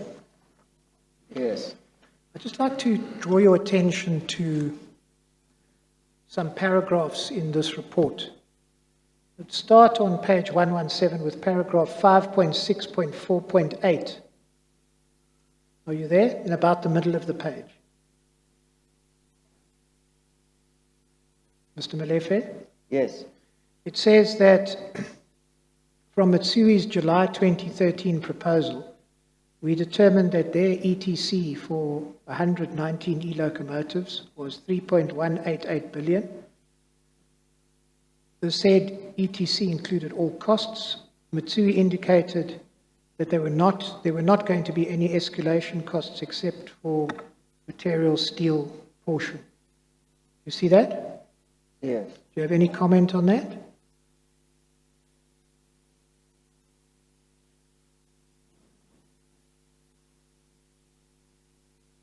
No, I have no comment. And then I have no comment other than to say that price was not the reason why we didn't go for Mitsui, as I said. And then at paragraph 5.6.4.11, at the top of page 118, they say, based on our calculations, we determined that the total ETC of 3.8 billion was based on 112 locomotives at an estimated cost of 34.34 million per locomotive. As discussed below, the next subparagraph, we noted that the number of locomotives was reduced to 100 without reducing the ETC of 3.8 billion, which should have been reduced to 3.4 billion. Do you have any comment on that? No, I have no comment. If you go over the page, please, to 119, at paragraph 5.6.4.18, based on documentation, CAPIC should have reduced the ETC from 3.8 billion to 3.4 billion in line with the reduced number of locomotives from 112 to 100. I think we've already dealt with that. Yes. Then towards the bottom of the page, the third last paragraph, paragraph 5.6.4.20.3. Sharma, the chairperson of the BA, that should presumably be DC, was comfortable with the business case. However, he requested consideration of other alternatives to the proposed confinement. So was it Mr. Sharma that requested that? I can't quite recall exactly who it was. But it could have been him. Just repeat that. I can't quite recall exactly who it was. Oh. You can't presumably rule out that it was Mr. Sharma. It could have been. Then over the page 120, the fourth paragraph, paragraph 5.6.4.20.9, Sharma later supported the confinement through CSR and did not raise that confinement would affect competition. 5.6.4.20. 0.9. So he supported the confinement to CSR. Well, presumably he must have, because he was the chairperson of the BADC. And I would also presume that he was not the only one. Yeah. Then if we can go over the page 121, paragraph 5.6.5.2, we determined that on 11 October 2013, Singh, Mohammadi, Pt. and Garma signed a memorandum of submission to BADC for the approval of acquisition of 100 locomotives through a confinement to Mitsui. We noted that the memorandum was dated 15 October 2013, although it was signed on 11 October 2013. We determined that Molefe did not sign the said memorandum. Do you have any comment on that? Yeah, I can't recall why I would not have signed it, and perhaps And then if we can... because the standard practice is that if I don't approve, I say so, that it is not approved. So if something is brought, I either approve or I don't approve, or as in the case of that memo with Ms. Makato, I say noted or I make a comment. But that I did not even express an opinion or sign at all. I can't recall what the reason was. Could I take you then, please, to page 123 and to the heading, the BADC of 21 October. Let me draw your attention to the last two paragraphs. Paragraph 5.6.7.2, we determined that the memorandum dated 15 October 2013, as reflected above, was discussed at the BADC meeting on 21 October 2013. Sub 1, or let me take you to sub 2. Chair sought clarity on the withdrawal of the 100 locomotives submission from the agenda, as the committee had requested it to be tabled due to urgency of the transaction. Do you have any recollection of that? I can't recall that this was discussed in the formal meeting, and I can't recall who raised it. I do recall something like this, but I remember just thinking that, look, this is not something that we should involve ourselves in, and that we need to decide whether we're going with Mitsui or not, and we have to find reasons why we're not going with Mitsui, if we're not going with Mitsui, and why we would go with CSR. Yeah, I just remember vaguely this allegation, and I can't recall that it was in the formal meeting, so I don't know if it is in the minutes or whether it was raised on the sides of the meeting. But there was, I think, in the township, they call it mahem-hem. Just people just talking about this and not really coming forward properly. Gossip. Gossip, yes, gossip. Yes, I think you understand gossip now, Chair. Okay.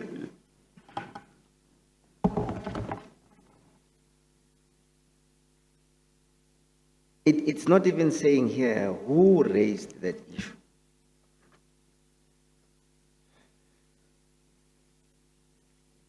Okay, could I then please take you to page 124? At the Yes. top, paragraph 5.6.7.2.3.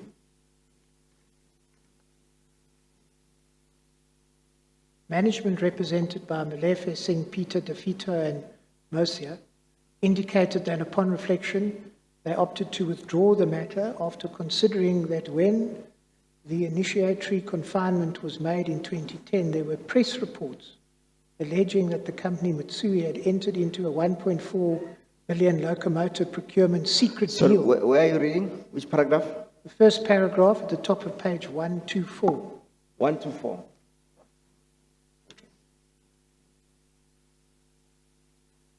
So they indicated that they opted to withdraw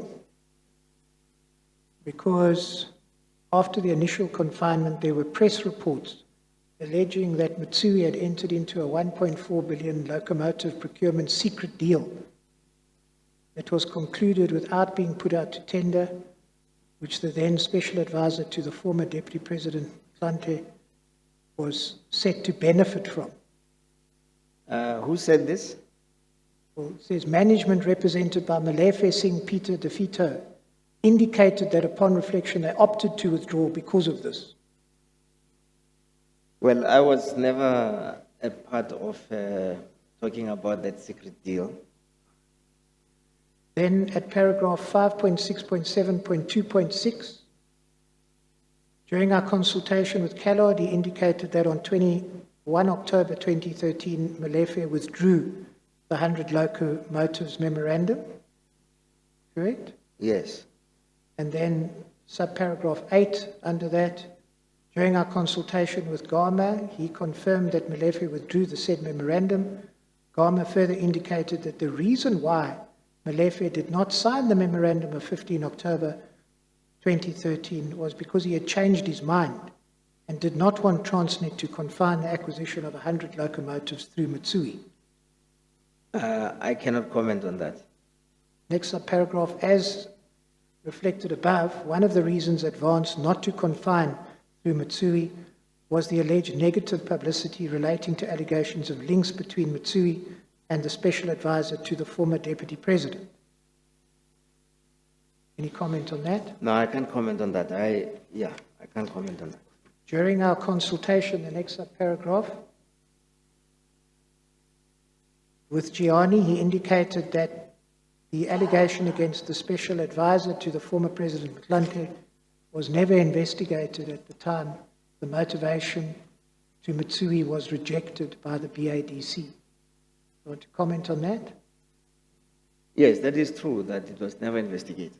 I'm not aware that there was an investigation into the matter. In the next subparagraph, in his response to our questions relating to the memorandum of 11 October 2013, Sharma stated that your finding at the BAC meeting of 21 October 2013 deliberated and rejected the submission is incorrect, as the matter did not serve before the committee meeting.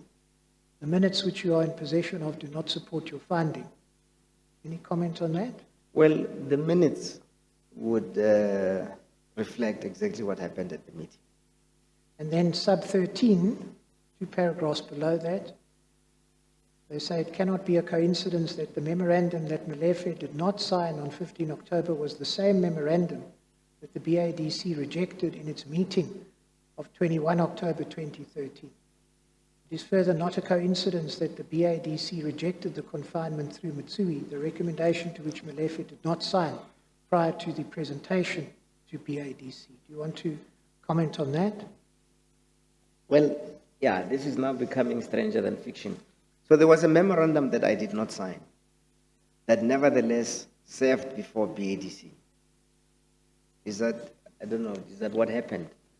Because if I had not signed it, it could not have gone to BADC. And if it did, it would have been irregular. And as I've said before, that memorandum was not signed, and it did not indicate whether I disapproved or approved or had reservations.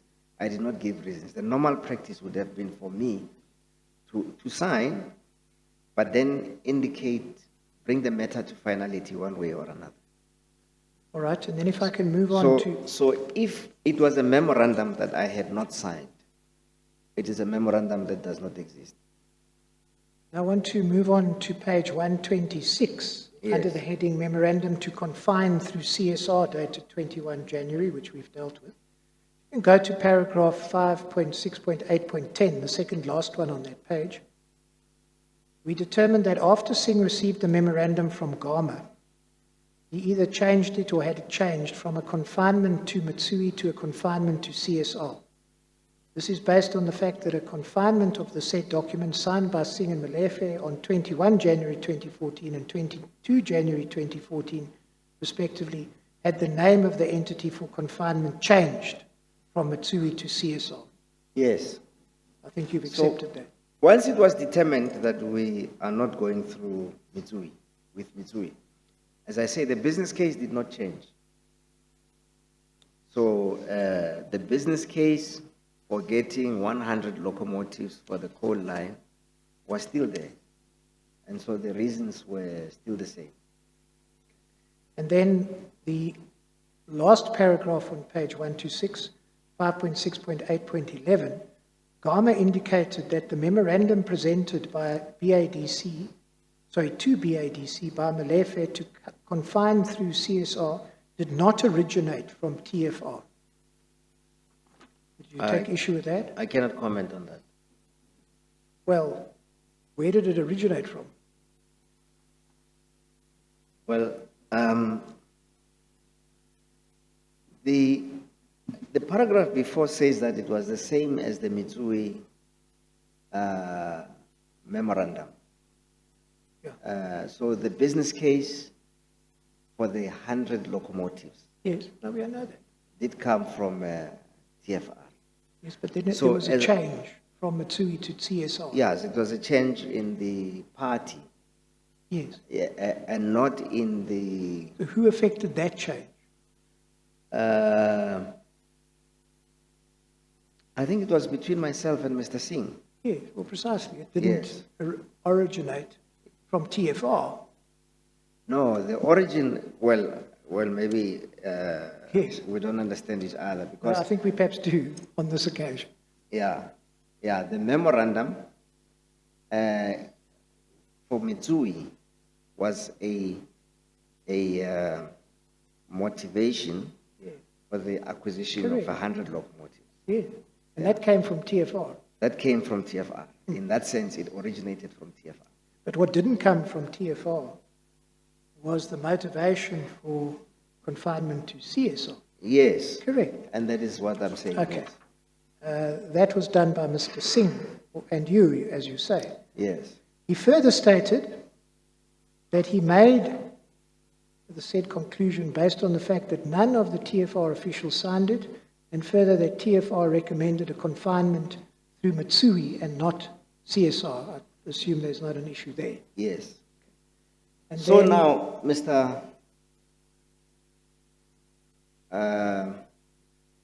Yes, I forget your name. Myburg. Myburg. It's late in the day, Yes. Mr. Molefe. Yes. As I say, over the weekend, I got things that jogged my memory, and these are reports from the engineers. Sure. At the Don't Mitsui- speak away from the mic. As I say that I got things that jogged my memory, and these are reports that came from the engineers, that the Mitsui, amongst others, the Mitsui locomotives had been failing. But this was 2013? 14. 14. The tender had been awarded in 2010. And for 14 years, in between, there had been confinement. 4 years, you mean? You said 2010, 2014. No, it wasn't 2010. It had been for quite a long time. You said the award was made in 2010. Yes, I made a and this mistake. It was before 2014. that. It was before 2010. But for quite a number of years, now I can't remember exactly when it was awarded, I can find that out. for quite a number of years, the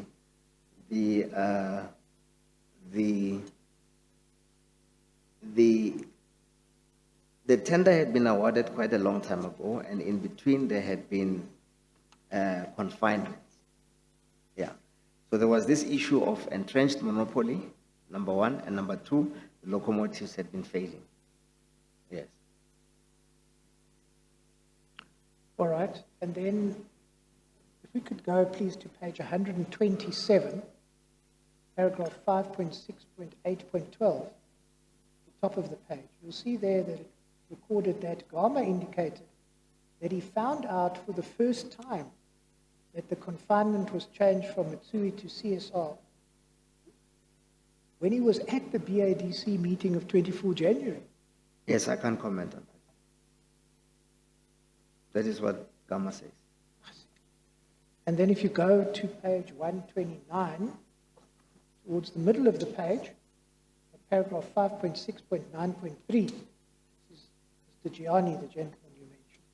According to Gianni, the confinement of the 100 locomotives to CSR was brought to his attention by Singh on 24 January 2014, before their attendance to BADC meeting of the said day. This is Gianni and Singh, Gianni and Gama. Yeah, I can't comment on that. Is that what Gianni says? Yes. Yeah, I can't comment on it. But it's consistent with the fact that you and Mr. Singh were involved in changing the name, as I understand it. Yes. Late in the day. Yes. So it's possible that these people didn't know about this. It's possible, but I can't comment on it. I can't say for sure that that was indeed the But case. just so that I understand this, this is Mr. Gama, the CEO of TFR. Yes. Right? And Mr. Gianni occupies what position at this time? Well, this is not them saying it. But what position did Mr. Gianni No, occupy? this is not them saying it. Well, it's recorded as them saying that. It's who is it? MNS Yes, saying that they said so. yes. Yes. So I would rather that they come here and say so. So let us wait for their evidence. Well, I need to, of course... then- Because this is what MNS says they said. No, fair enough, Mr. Molefe, that I understand, but you will appreciate that if we had to run that way, the commission will never come to an end. I need to put to you what they found, and we're going to get Mr. Gama here, you know, and we will deal with this. No, I would rather that I am not accused of things Fair in enough. the interest of time. I'm not accusing you of anything. I'm No, simply that's- saying to you, No, just saying that, well, Mr. Gama was the CEO of TFR and he did not know about it. Now, I must comment on it. As I say, I can't. Well- But Mr. Gama will come here Okay. and he will have an opportunity well, let me to put find the out question exactly what another way. happened. Are you, If Mr. Gama repeats this and confirms it as true, then it's fine. Then I can come back and answer to it. are you able to help the chairperson with the question of whether you think Mr. Gama knew about the change before the BADC meeting? Do you know whether he knew yourself? Well, that is something that would have been internal to Mr. Gama. It's difficult for me Fair to enough. say. And he is the best person placed to talk about that. When you changed the business case, you and Mr. Singh, from Mitsui to CSR, did you tell Mr. Singh that he should distribute that business case to Gama and Gianni? As I say, we have reports here that say that the locomotives were failing. No, that's not my question, Please, Mr. Oh, sorry, what was your question? My question is, when you effected the change, you and Mr. Singh, Yeah. to the business case, the name, the party, Mitsui to CSR, did you tell Mr. Singh that he must send that revision, or new case, to Gama and No, Gianni? I think there was a discussion. We felt that the fact that we were not going to get the Mitsui locomotives and that the TFR people were unhappy with the Mitsui locomotives would put the market demand strategy at risk. I was explaining yesterday to the chairperson that the funding of the MDS 70% of it had to come from operations, from improved operations. This exercise would have improved the volumes and operations by injecting 100 locomotives and into the coal line, improving the efficiency of the coal line, and taking the old coal line locomotives and putting them onto the GFB business and improving volumes and generating revenue to fund the MDS. So, in deciding on the confinement, we had to do something that was practical and that could work. The fact that we were going to buy a reconfine to an entrenched monopoly, and when there had been reports that the locomotives are failing, may not have helped our case.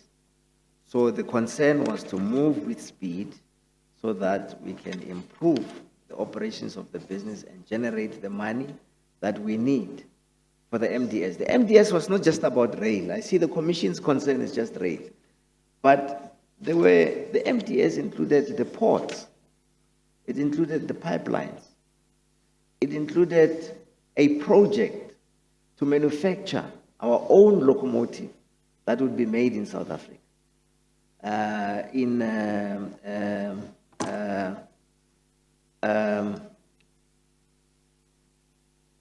In business, not business development, but in technology development at CSIR. So we needed the money desperately to make the MDS a reality. And I remember having this meeting with Mr. Singh and say, look, we must just decide and move on. So, do you feel you've answered my question? Yes. But my question had nothing to do with that at all. Oh, did it? No. It's been a long day.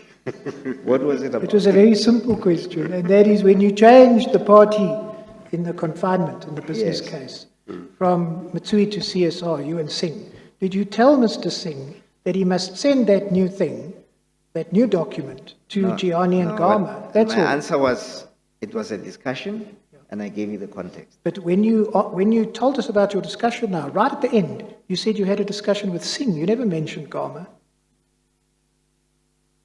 Did you say, when I had a discussion with Singh, did I talk about Gama? Okay, no, the question was, Mr. Molefe, after you and Mr. Singh had changed the case Yes, from Mitsui to CSR, yes. did you ask Mr. Singh, instruct Mr. Singh, tell Mr. Singh to share that document with Mr. Gama and whoever else? Oh, Yeah, did you do to that? share or it did with you, TFR. yeah, No, I can't recall that. I can't recall that we did that. All right. So then,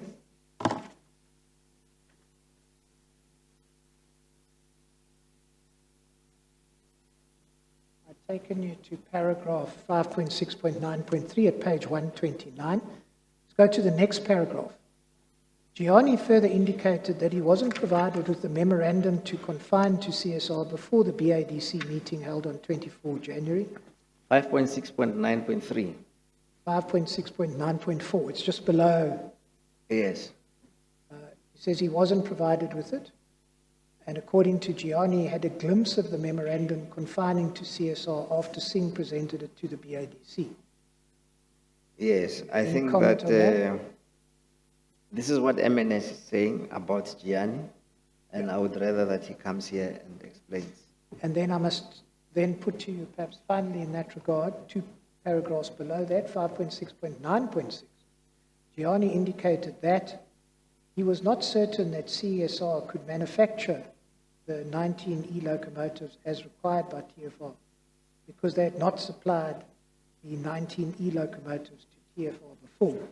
Chairperson, Gianni would have to come here. And on this one, I'm quite confident that he would disagree with MNS, that this is what he said. And then two last paragraphs, if I may, at page 130, in the middle of the page, paragraph 5.6.9.10. We determined that as per the Procurement Procedures Manual version 2, October 2013, requirement, the end user, in this case TFR, should be the one motivating the procurement process to be followed, i.e. confinement or tender before the memorandum may be taken to Transnet Group for recommendation to BADC. We determined that Gama and Gianni, as the end users, did not motivate for the confinement of 100 locomotives to CSR. You did. And Mr. Singh did. Yes. What is your response to this? I would rather Gianni and Gama answer when they come here. No, And but this is not a Gama and Gianni thing. You've accepted that you and Singh motivated. The point is Yes. that what M&S is saying is that's in breach of the PPM. Yeah, Chairperson, this may have been an oversight on our side. An oversight not to include the people from TFR. On the need for the locomotives had been determined. Yes. All right. Yeah. And then let's go to the last paragraph I want to take you to, 5.6.9.11.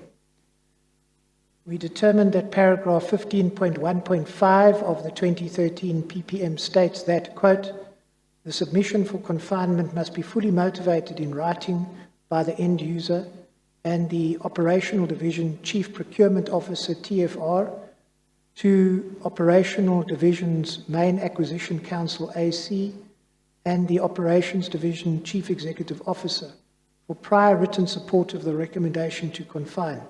The submission should be submitted on the relevant template under cover of a memo. Any comment on that?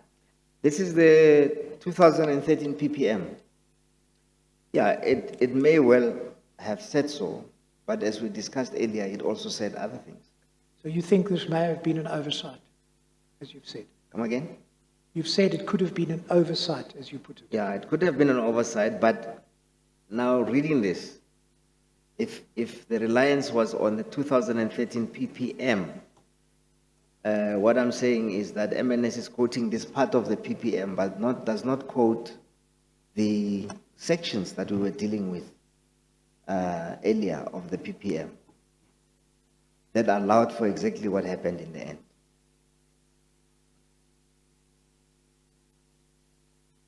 If I may just have a moment. Are you talking about your power? Yes. Your power to approve without a recommendation? Yes, yes. Okay. That was in the 2013 PPM, as we discussed earlier.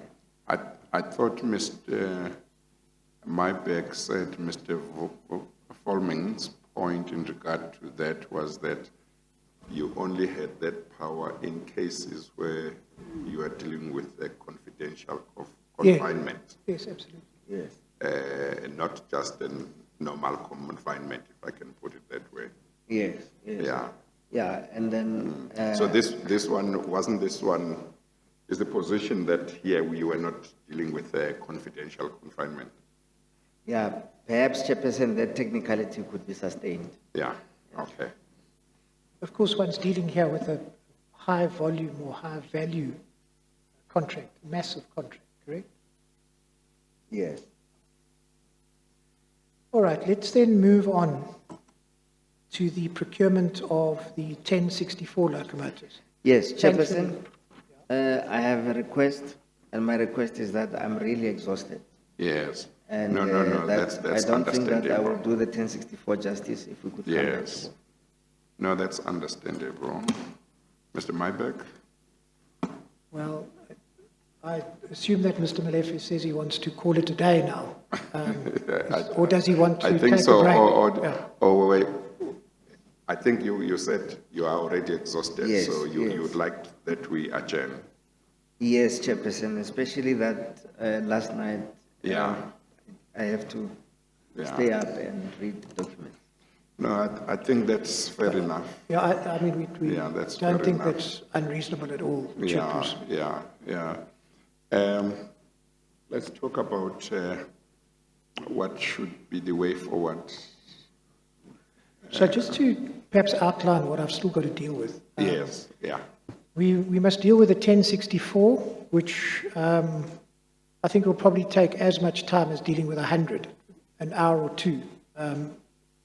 Then what we need to deal with are some procedural issues in relation to that. Then we've got to deal with some of the Neotel and T-System contracts, and then a number of miscellaneous issues. And of course, we haven't got yet to witness 1 and 3.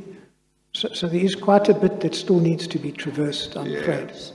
And would your estimate of time be something like, what, 3 hours or more? So I would certainly try my best to finish Mr. Molefe in the morning session, if we were to start at 10 or 9 by 1 o'clock. Yeah. I don't think it can be done realistically faster than that. No, that's fine. I just wanted to have an idea. Now, subject to both Mr. Molefe's availability and his legal team's availability, and whatever arrangements may exist, would you propose that we continue with him tomorrow morning, or would you propose to go to the next witness, give him a break, and then he comes back? Or I would prefer, and I'm in your hands, Chairperson, to finish Mr. with his Molefe. evidence, As you yes. know, with Mr. Garma, there's some flexibility because we have agreed to reduce the issues that would be dealt with. Yeah. It may be that we can even confine them to a greater extent. Yes. So that we don't disturb the schedule too much. Yeah. So you would propose that we continue tomorrow morning with Mr. Molefe? Yes, with your leave, Yes. Chairperson. No, that would be fine from my side. Would that be fine with you, Mr. Molefe? Yes, I also prefer to finish with Mr. Maibek. Your legal team is fine as well, I guess. We are okay tomorrow morning. You're okay. What it would also enable us to do is, I mean, the documents, the 4 documents that Mr. Molefe has introduced, it's obviously important that we get the Secretariat to add those formally to the bundle, and they will be paginated and added to all our files, and he can then address them. I don't want it to be seen that we're not giving him opportunity to discuss those documents. No, that's fine. So let us then adjourn and start at 10 o'clock tomorrow. Okay, all right. We will adjourn now, and then we'll resume tomorrow at 10 o'clock in the morning. Thank you, We Chair. adjourn.